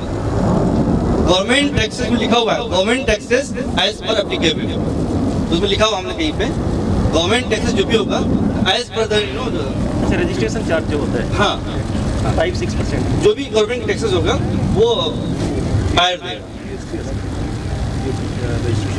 इस पे GST कहाँ होती है? इस पे लैंड पे GST नहीं है सर, अगर होगी तो मेंबर्स देगा। क्या GST लैंड पे नहीं, लैंड पे GST नहीं है सर। लैंड पे नहीं, हाँ बाद में लैंड पे GST नहीं होता। लैंड पे नहीं है, बाद में से रेरा जब अप्रूव्ड होगा, टोटल 18 प्रोसेस है। ठीक है, पहला प्रोसेस होता है सर कि आप लैंड परचेज किया, वेब पोर्टल में आपने लॉगिन कर दिया उसको। सेकंड प्रोसेस है सर DDA उसको वेरीफाई करेगी, स्क्रूटनी करेगी, फिर रेवेन्यू डिपार्टमेंट को भेजेगी। वो आने के बाद थर्ड प्रोसेस है सर आपका कंसोर्शियम का। उसके बाद 120 डेज का टाइम होता है कंसोर्शियम बनाने के बाद। DDA आपको एक नोटिस हो देगी, उस नोटिस में फिर आपको उसका जवाब देना है, फिर डीडीएस को स्क्रूटनी करेगी। वो प्रोसेस मैं भी दे देता हूँ आपको, सारा शेयर कर दूँ। तो वो आपके 16 नंबर के बाद एप्लीकेबल होगा सर जी। तो लमसम 18 मंथ्स का सर ये प्रोसेस है। That is why we are taking 2 years for DD. 18 months plus 6 extra months we are taking. और कोई question? So that DD will keep accepting land. yeah. तो window close क्यों नहीं हो जाएगी? विंडो क्लोज इसलिए नहीं हो रहा है कि एक्सेप्ट 3 सेक्टर 14 नहीं टोटल लैंड सबमिशन नहीं हुए इसलिए। एक मिनट, सेक्टर 3 नहीं, sector 14, sector 1 and sector 3, 3 sector ही ऐसे हैं जिनमें 70% लैंड सबमिट हो चुके हैं। ठीक, लेकिन सभी को लैंड पूलिंग के तहत ही करना है। तो जहाँ पे 50% हुआ है उनको तो एक्सटेंड करना ही पड़ेगा ना। तो वो 14 के लिए भी एक्सटेंड हो जाएगा? सबके लिए होगा, ये तो सबके लिए होगा ये, but they are this was L zone. तो we are thinking of buying 70%। आपने बताया कि लैंड का प्लान हो गया है इन 14। तो rest 30% can be elsewhere also। या तो like 30% अगर सस्ते में कहीं और। हाँ, हम प्लान कर रहे हैं, हम लोग वो सोच रहे हैं। नो सही है, गुड। हम लोग सोच रहे हैं, हम लोग we are working on that also. तो 30% लैंड नहीं, 30% में है एक क्लू है। 30% में आपको जैसे आपकी छावला की ज़मीन है, तो Chhawla is belongs to 3 sectors 13, 14, 15। तो आपको इन 3 सेक्टर्स में ही 30% लेने पड़ेंगे। ये नहीं कि आप 40 सेक्टर में चले गए, 23 में चले गए, आपको इसी में लेना है, उसी एरिया में लेना है। और आपको अलॉटमेंट भी उसी एरिया में होगा? अलॉटमेंट सर आपको 14 में होगा, जहाँ पे major chunk of land, major chunk of land. जिस सेक्टर में 70% आपका लैंड है वहाँ अलॉटमेंट होगा। ठीक है, और कोई क्वेश्चन है? सुधर सुना।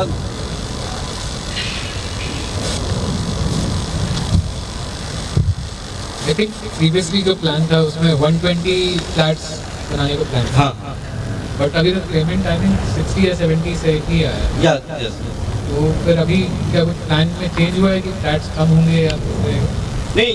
अभी हम लोग मोबिलाइज कर रहे हैं, और यहाँ पे ऐसे लोग अभी आए हैं जो उस 70 में उस वक्त 60 में काउंट नहीं थे। यहाँ पे हैं 4-5 ऐसे लोग हैं जो उसमें काउंट नहीं है, वो लोग जुड़ रहे हैं। 10 लोग जो हैं अभी 3 लोगों ने कल ही पेमेंट किया है 3 लाख का। अब हम लोग क्या कर रहे हैं, we are not taking membership only, now we are telling if you are interested pay membership plus booking amount.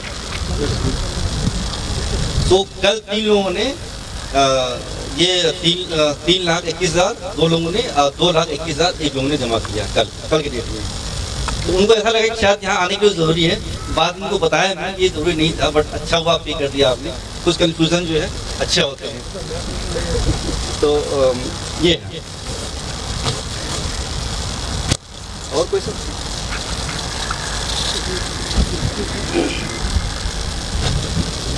जी नमस्कार। अच्छा, ये कितने फ्लोर का बनेगा? फ्लोर 13 G+13 जी। तो ये केवल जेएनयू वाले लोगों के लिए ही वरीयता है या अन्य? 20% नॉन इनवाइट्स के लिए भी। अच्छा, 20%, 20%। 20% धन्यवाद। जेएनयू के लोग हैं और 20% नॉन इनवाइट्स। ग्राउंड फ्लोर तो हमारा पार्किंग होगा, हम लोग बेसमेंट में पार्किंग नहीं लगेंगे, ग्राउंड फ्लोर पार्किंग होगा और उस पर जो है पिलर कर देगा। बेसमेंट में नहीं प्लान हम लोग अगर आपको अर्थक्वेक के हिसाब से काम करना है तो बेसमेंट में आपको नहीं जाना होगा। हाँ, दावा नहीं होगा। मामू का दरबार है तो मतलब समथिंग डिफरेंट है ना? नहीं, जैसे जो हाँ होगा तो ऑब्वियसली मार्केट प्लेस भी ना वहाँ पे। तो अभी आपने जितना लैंड खरीदा है हेलो, या मेरा बस यही है कि जितना आपने अभी तक लैंड खरीदा है तो वो किस सेक्टर में बढ़ रहा है और वो कितना है?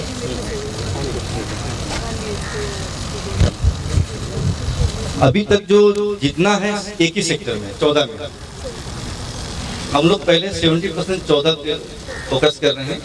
30% वी आर आल्सो एक्सप्लोरिंग कि सस्ता मिल जाए 13 में, 15 में या फिर 16 में। देयर आर 3 13, 14, 15, 16 ये चारों जो है छावला के लैंड, तो छावला भी कहीं ले सकते हैं। और एरिया कितना है जितना आपने ले लिया है?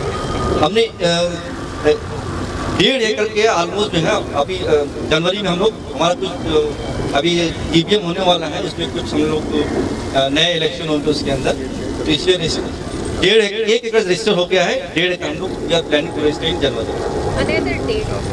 हाँ, और 3 एकड़ और है जिसकी बात कर रही है, जिसका बयाना देकर के ब्लॉक किया जा चुका है। जो भी बयाना होता है नीरज जी देखते हैं, क्योंकि हम लोग जब तक वो कंफर्म नहीं करते, आप पेपर वो जब भी देता है जब आप उसको बयाना देते हैं, तो फिर उसको हम लोग 3 लेवल होता है उसका ड्यू डिलिजेंस करने का। फर्स्ट ड्यू डिलिजेंस तो हम लोग खुद ही करते हैं, हम लोग उसको वेबसाइट पे जाते हैं, DDA का उसका अपना म्यूनिसिपल कॉर्पोरेशन का अपना रजिस्टर क्या है, वहाँ देखते क्या क्या सारा चीज़ है, we have given all the thing, then we give it to the lawyer. जब लॉयर दे देता है, फिर हमारे अपने लोग जो अलग अलग जो JNU के हर जगह लोग हैं, तो उनको हम देते हैं एक कागज़, and then they cross check it from there point. So minimum कितना लैंड एरिया आपको चाहिए जो कि आप DDA को दे सकते हैं? 5 एकड़। अच्छा, फिर उसमें रेशो नहीं है कि अगर हमारे पास नहीं, आपके पास 1 बीघा है तो आप पार्टिसिपेट कर सकते हैं, बट प्रोजेक्ट के लिए 5 एकड़ बुलंद है हमारी।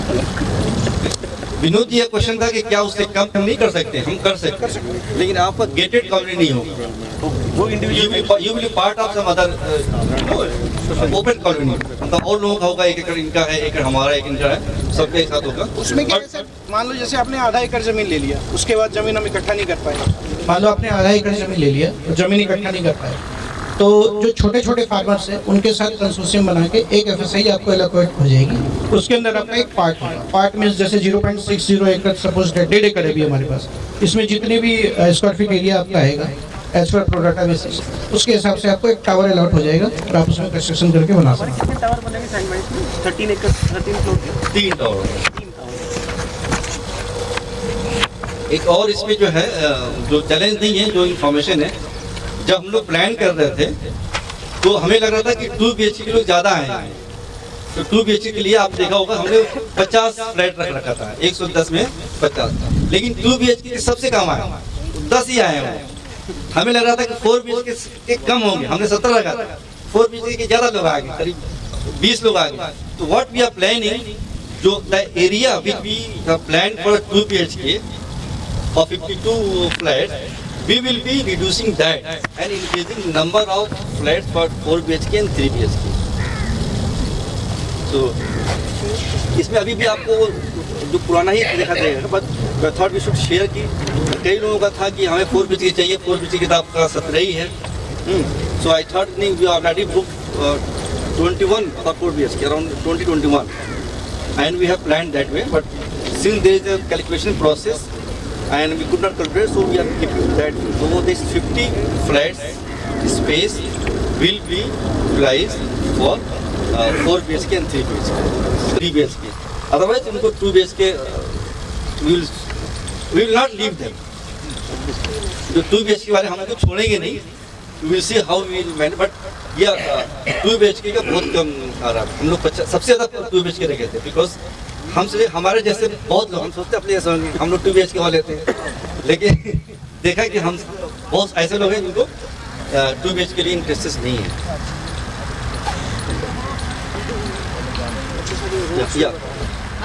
अली नहीं ऐसे ही मैं पूछ लेती हूँ। ताकि क्वेश्चन और लोग यूज सुनेंगे ना। नहीं, सपोज मैं कह रही हूँ जैसे 5 एकड़ है, ठीक है ना, तो हमें जो टोटल एरिया कट के मिलेगा उसमें, तो वो करीबन 3 होगा। 3 एकड़। तो ये 3 एकड़ का हमने जो अभी रेट लगा रखा है ना, कॉस्टिंग, ये सारा निकाल के लगाया है। तो 40% DDO को देने के बाद 60% मेरे पास बचेगा, उसमें कमर्शियल और सेमी पब्लिक उसको निकालने का, उसको भी कॉस्ट नहीं हमने जोड़ा है। जो रेजिडेंशियल कॉस्ट है उस सबको निकालने के बाद हमने कैलकुलेट किया, दैट इज 2400 पर स्क्वायर फीट। सेक्टर 14 यहाँ से कितना दूर है? सेक्टर 14 आप इधर कहाँ से आए यहाँ पे? किस रोड से आए? प्रसाद सर्किल। नाले वाले जो रोड है, नाले से आप जो लेफ्ट लिए होंगे ना, नाले के से आधा किलोमीटर और आगे जो रोड सीधे जाएगी। हाँ, लेकिन वो जो मेन रोड बन रहा है साइड में, जब लाना है ना कि साइड में रोड बन रहा है जो अलाउड नहीं है अभी, तो उसी रोड पे है, that is called UER, urban extension road, और हमारे दिल्ली की भाषा में रिंग रोड। वो रिंग रोड थर्ड एक तरह से, हाँ, वो वहाँ से रोहिणी से लेकर के बदरपुर बॉर्डर तक जाता है, और वो 328 फीट वाइड है, विच इज 6 लेन। 2 लेन जो है सर्विस लेन है दोनों तरफ, और 4 लेन बीच में। नरेला से लेंथ इज 79.6 किलोमीटर UR2। यहाँ से ये सेक्टर 14 से नरेला तक। हाँ, जो UR2 है urban extension road second, actually 3 UR2 है, UR आने वाले हैं, अर्बन एक्सटेंशन रोड है, तो ये आपका सेकेंड है। First ring road already running है, एक थर्ड और भी प्रपोज किया जो सेक्टर 14 और 15 को टच करता है। द्वारका एक्सप्रेस वे भी जी, जो आप UR2 देख रहे हैं, ये आप यहाँ से आप लेफ्ट लेके चंडीगढ़ तक जा सकते हैं स्टेट, और राइट लेंगे तो बदरपुर बॉर्डर और द्वारका एक्सप्रेस वे को टच करें। This information which I would like clarification on that. It says the value of the commercial FAR will be returned to the members at the rate of 2,787 rupees per square feet, subject to selling of the commercial. Could you just explain on that? There's an incentive, I guess, people should know.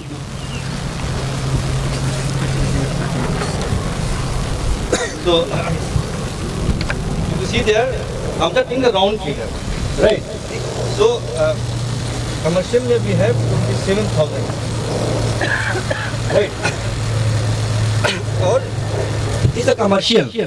That means it will be sold much higher rate than we are giving to you, 400 per square. So that आज की date में जो छावला गांव है, उस गांव के अंदर कमर्शियल का रेट 15,000 के आसपास है, 15-20 हज़ार। हमने इसको 13,000 घटा कर। हाँ, क्या है? You can compare with Dwarka, because जब अर्बनाइज्ड विलेज हो गया, तो आप गांव से इसको कंपेयर नहीं कर सकते। सेक्टर 14 है तो ये द्वारका एक्सटेंशन है ना, द्वारका से कंपेयर करेंगे। द्वारका के जो सबसे टॉप मॉल है वो है वेगस मॉल। वेगस मॉल में आज के डेट में 50 से 60 रुपए पर स्क्वायर फीट का रेट है। तो average price of Dwarka is around 20 to 30,000।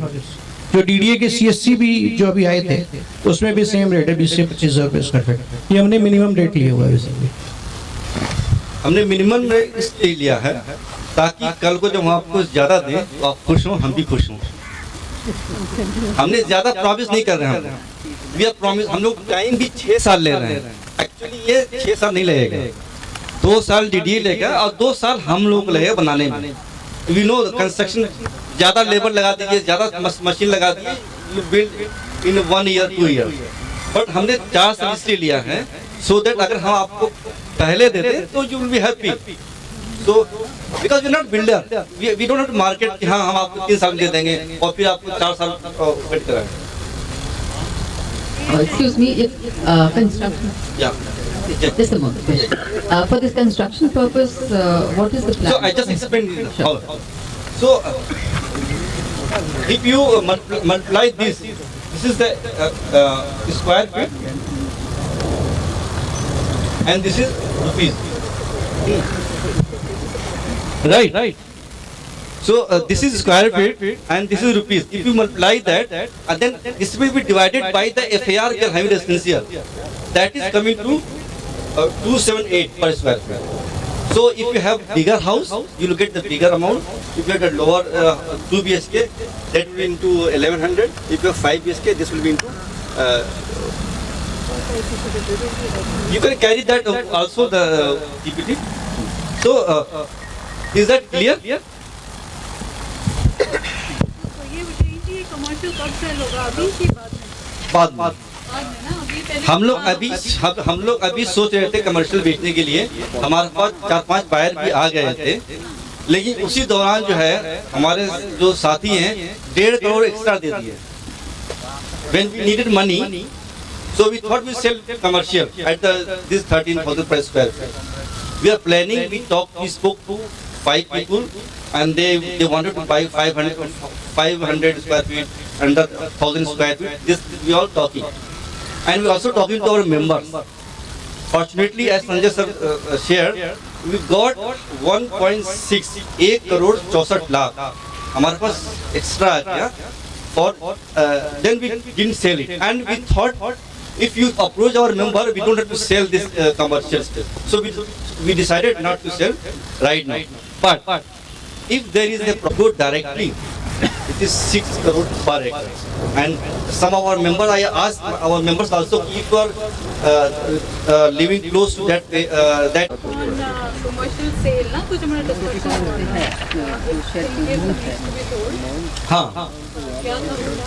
ये था कि हम लोग मैक्सिमम जो है 20 to 25% वी विल सेल। हाँ, बट वो आया नहीं क्योंकि लोग जो है मेंबर ही पैसे दे दिए। दैट वी थॉट 25% अगर बेच देते हैं कमर्शियल को, so will get money to buy the land, because किसान जो वेट नहीं करते हैं। हाँ जी, ये इसमें because some people they may require loan. So from what time somebody can apply for the loan? Land के लिए तो नहीं होगा, पर उसके बाद हो सकता है। कैसे लोन तो ये है कि जिस अभी जो है हमारा 2 बैंक में अकाउंट है, यूनियन बैंक ऑफ इंडिया और पंजाब नेशनल PNB। हम लोग जान सरकारी बैंक में अकाउंट खोला अपना, तो ये 2 बैंक में अकाउंट है। तो यूनियन बैंक के जो मैनेजर हैं वो खुद बुलाए थे हमको, and when he saw the transaction कि बहुत सारे पैसे आ रहे हैं जा रहे हैं पिछले 3-4 महीने में, तो ही इंक्वायर्ड कि पैसे कहाँ आ रहे हैं, कहाँ जा रहे हैं। एक्सप्लेन कि हम लोग जेन्यू के ये लैंड में जा रहे थे। देन उन्होंने कहा कि अच्छा जब आप हाउसिंग लें, उन्होंने कहा कि अगर आपको लोन लेना होगा to take quotation from all the bank, and we will give you the best rate. So he himself offered. Which bank was it? Which bank? Union Bank of India. But we did not promise. He said, because आजकल है ना, जब आपके account से पैसे बहुत ज़्यादा आ रहे हैं जा रहा है, तो और करोड़ में आ रहा है, 5 करोड़ जा रहा है, 3 करोड़ आ रहा है, तो he called me and I went there and I explained, I said that this is our project, we are from JNU, and then he understood, and then finally he said sorry for bothering you, but this we have to do because it's part of our system. But then he explained this thing, you take the quotation from all the bank and we will give you lesser than those. So that okay. So इस stage पर हम when DDA will give the letter. Serial number 12 में ma'am PDL बोलते हैं उसको, provisional development licence. It will take up to 15 months after getting licence and all. उसके बाद आप हाउसिंग लोन ले सकते हो। उसके लिए APF होता है, अप्रूवल फॉर फंडिंग। बैंक आपके पूरे प्रोजेक्ट को फंडिंग करेगी और फिर सोसाइटी से एक परमिशन लेटर जाएगा, उसके आधार पर आपको लोन मिल सकता है। You can get housing loan. इससे पहले हमें कितना अमाउंट अरेंज करना पड़ेगा? मतलब land cost, the land only lead to pay the land cost. आप जो वो वाला है स्लाइड जो है, आप ये वाला खोल लीजिए, this one, number of flats, cost of flat and sizes in 5 acre phase 1, है ना? या अली कहाँ गया? PDL is RERA. PDL is RERA. वो हैं? What is PDL? I know RERA registration कराना होता है। रेरा रजिस्ट्रेशन लैंड के लिए होता है। रेरा रजिस्ट्रेशन जब DDA हमको दे देगी उसके बाद PDL बताओ नीरज। PDL एक बार दोबारा। PDL is ma'am provisional development licence. Licence जी, ये DDA आपको देगी सोसाइटी के नाम से। नहीं, रेरा आपके लास्ट में आता है। PDL बनने के बाद फिर आप नेक्स्ट प्रोसेस रेरा में जाओगे। कंसोर्शियम तो मैम आपका स्टार्टिंग के पार्ट्स हैं, मतलब नंबर 1 आपका क्या है? You can see this is a process of land pulling. यहाँ से स्टार्ट होता है, ऐसे टर्न करके यहाँ, ये 12 नंबर इज पीडीएल। वो शेयर कर दूँगा, कोई दिक्कत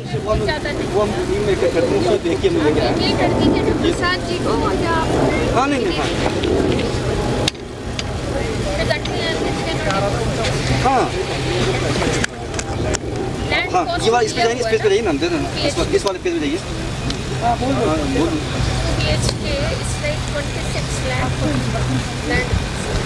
ये आपको हाँ 2400। Hello, this one query. चलिए, आपने बहुत अच्छा किया कि महत्ता मुझे बता दी। हम लोग को एक जल्दी से हम लोग को मोबिलाइज करके अपने फंड्स को डाल देना है, वेट नहीं करना है, सो दैट कि हम लोग सबको इससे लाभान्वित हो। जो अभी कम रेट आप लोगों ने ब्लॉक किया हुआ है। लेकिन मेरा एक सवाल है ये कि जब हम लोग कंस्ट्रक्शन के लिए जाएंगे, वो किस प्रकार की एजेंसी होगी कंस्ट्रक्शन करने के लिए? जो कंस्ट्रक्शन का जो नहीं, कंस्ट्रक्शन के लिए we will float tender and हमारे मेंबर ही डिसाइड करेंगे। You will be part of that decision making part. आप तो जेएनयू के हैं, जानते हैं जेबीएम वगैरह। अभी भी जेबीएम हमारा हुआ था पिछले, आप थे उसमें। वैसे हम लोग डिसाइड करेंगे कौन पाएंगे, क्योंकि ये हमारा अपना घर, मैं भी उसी में रहूँगा। हम बिल्डर नहीं है कि बना के भाग जाएंगे। अभी भी स्टेइंग नो, हम लोग पड़ोसी होंगे, यही पड़ोसी होंगे, सो है ना। तो हम लोग घर ऐसा बनाएंगे जिसमें हम जिंदगी गुजार सके अच्छे से। सो वो हम डिसाइड नहीं किए who will be the builder, but obviously that will be the best builder. वो जो एजेंसी होगी उसके बारे में ब्रीफ जो हम लोग शेयर कर लेंगे। अब श्योर, ऑफ कोर्स, जो पिछली बार जीबी में आप थी ना, वैसे ही डिसाइड होगा। वी विल शेयर डिटेल सारा। एक अभी आए नहीं है, मिक्की जैन है, he is a structural engineer from IIT Kharagpur. He didn't come today, and there was Sahil. He is also interior designer from IIT Kanpur. They are also part of our member. They are non-Gen whites, quota 20% में जो है, and they will be heading that committee, in which we all will provide their feedback and suggestion whatever. But final decision तो GBM में ही होगा। Thank you, Sahin bhai. I think all our questions, queries have been answered as of now. अगर बाकी के मन में किसी को मन में कुछ भी सवाल है तो मैं शाहीन भाई का नंबर सबको दे दूंगी। एंड प्लीज शाहीन भाई नंबर दो। जवाब तो आप ही दे रहे हो ना। एंड जिस तरह से एक minute, sorry, She has some more questions. अच्छा पूनम मैम, शर्माइए मत। पड़ोसी होंगे तो शर्मा। Very important. अगर लैंड कॉस्ट का अमाउंट जैसे 33,60,000 ठीक है, अगर पूरा देने में कुछ मतलब कम रह जाता है सपोज, हम तो बिल्डर थोड़ी मैडम रिक्वेस्ट करेंगे आपसे। नहीं, रूम्स नहीं है, रूम्स लंच लगा दो। मतलब हम लोग जो है रिक्वेस्ट करेंगे, सभी लोगों को 6 महीने देना था, है ना? 6 महीने या साल? नहीं, 8 महीने है ये, इसमें 8 महीने। और इसमें देखिए कुछ ऐसे लोग हैं, हम नाम आप ले लें क्या आपका, ऐसे लोग भी जिन्होंने फुल कास्ट दे दिया है, जैसे पल्लवी जी हैं, है ना? ऐसे बहुत लोग हैं, 10 लोग हैं, they have paid full cost. एक पल्लवी जी भी हैं, एक नहीं आया है, वो प्रोफेसर बिष्ट हैं, वो पेड फुल कास्ट। एक साहिर जी हैं, फुल कास्ट पे किए हैं। तो कई लोग हैं जो फुल कास्ट ही पे किए हैं। तो मान लीजिए आपका डिले हो रहा है, तो ये लोग जो फुल कास्ट पे किए उसमें हम लोग मैनेज कर रहे हैं। हम लोग बिल्डर नहीं है कि आप कहें कि 18% या 10% वो डिले पेमेंट चार्जेस। हम लोग क्या करेंगे, आपको फोन करके रिक्वेस्ट करेंगे, मैम प्लीज दे दीजिए। सारे मेंबर करेंगे। हाँ, सारे मेंबर। एक बार सारे हम लोग अभी जैसे संजय जी को बहुत लोग जानते हैं, संजय को रिक्वेस्ट करते हैं, संजय जी जरा आप उनको बोल दिए, उनको संजय जी कहते हैं अरे मैं नहीं बोलूंगा बार बार। मैंने कहा सर प्लीज हमारे साथ रिक्वेस्ट की, फिर वो फोन करते हैं लोगों को। कुछ लोग बुरा मान जाते हैं, कुछ जो समझते हैं बातें, है ना? लेकिन बात यह है कि हम लोग जितना जल्दी पे करेंगे उतना सस्ता हमें प्रोजेक्ट पड़ेगा। तो that is very important to pay as much as possible. और कोई सवाल या Okay, I think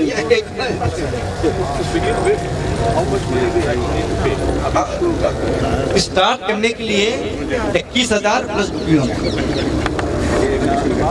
उसके बाद आपको फर्स्ट इंस्टॉलमेंट सेकंड इंस्टॉलमेंट दिया हुआ है। लेकिन पहले जो थी, पहले हम लोग बुकिंग अमाउंट टाइम, लेकिन अब जो कि नहीं 21,000 प्लस बुकिंग अमाउंट हम लोग साथ ले रहे हैं। thank you. Before we हम लोग लंच में भी बात कर सकते हैं। we can take over these questions. आपकी questions answers होनी चाहिए, और ये सिर्फ यहाँ पे नहीं, इस मंच पे नहीं, बल्कि हमारे खाने पे भी, और खाने के ज़्यादा स्वाद आती है अगर हम ज़्यादा सवाल जवाब करें।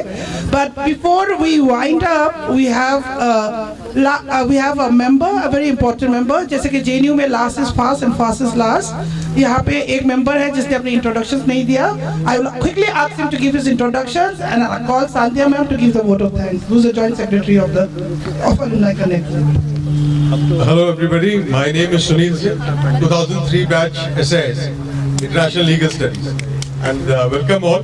और अब आज का समय वेलकम करता हूँ कि सब चल के खाना खाएं और उसके बाद we'll meet again. Thank you.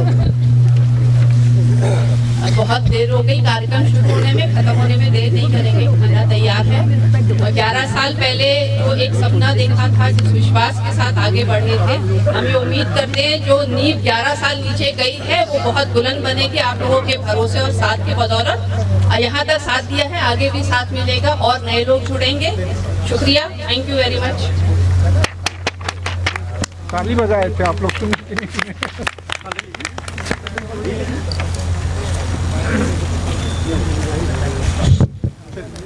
इतना क्वेश्चन मतलब प्रेस कॉन्फ्रेंस बहुत अच्छा लगा हम लोग के लिए, बहुत बेनिफिट और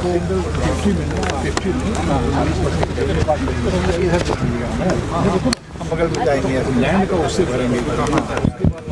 तो अगर किसी का सवाल बच गया है तो मैं अवेलेबल हूँ, मैं अवेलेबल हूँ, I am here, so I am there for 1-to-1 query, so I am there. Yes sir. कहता हूँ देर हो रही है इसमें, लेकिन इतना सस्ता कहीं नहीं मिलेगा आपको। मार्केट में देखिए 1.5-2 करोड़ से नीचे कहीं नहीं मिलेगा, इतना सस्ता कहीं नहीं मिलेगा। तो वो चीज़ ध्यान में रखिए, इन्वेस्ट कीजिए, आपको ज़रूरत है, आपका सबका हार्ड अर्न मनी है, लेकिन बस वो देरी का थोड़ा सा है, उसमें हम कुछ नहीं कर सकते। जैसे लैंड पूलिंग वगैरह जब टेक ऑफ करेगी प्रोजेक्ट, उसके बाद होगा। अब आप भोजन कीजिए, बहुत देर से मामू कहाँ हैं, मामू इंतजार कर रहे थे। बस बिल्कुल ठीक है। क्या राय जी को क्या हो गया था? हाँ? आपको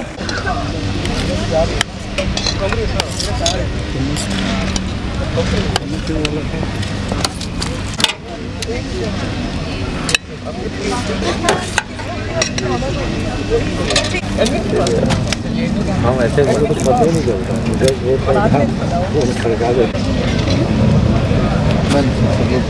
दोनों खाली हो गया है, अब नहीं हमको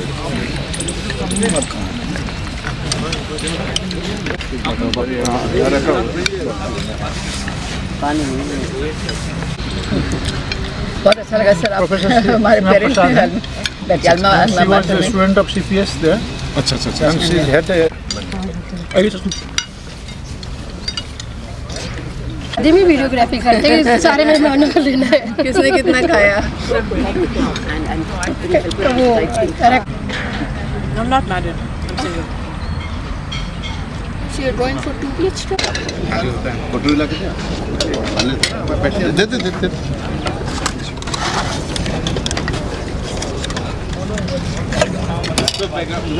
काला है।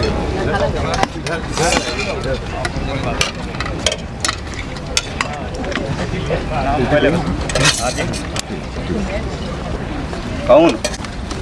क्यों? हेलो। दोबारा क्या है?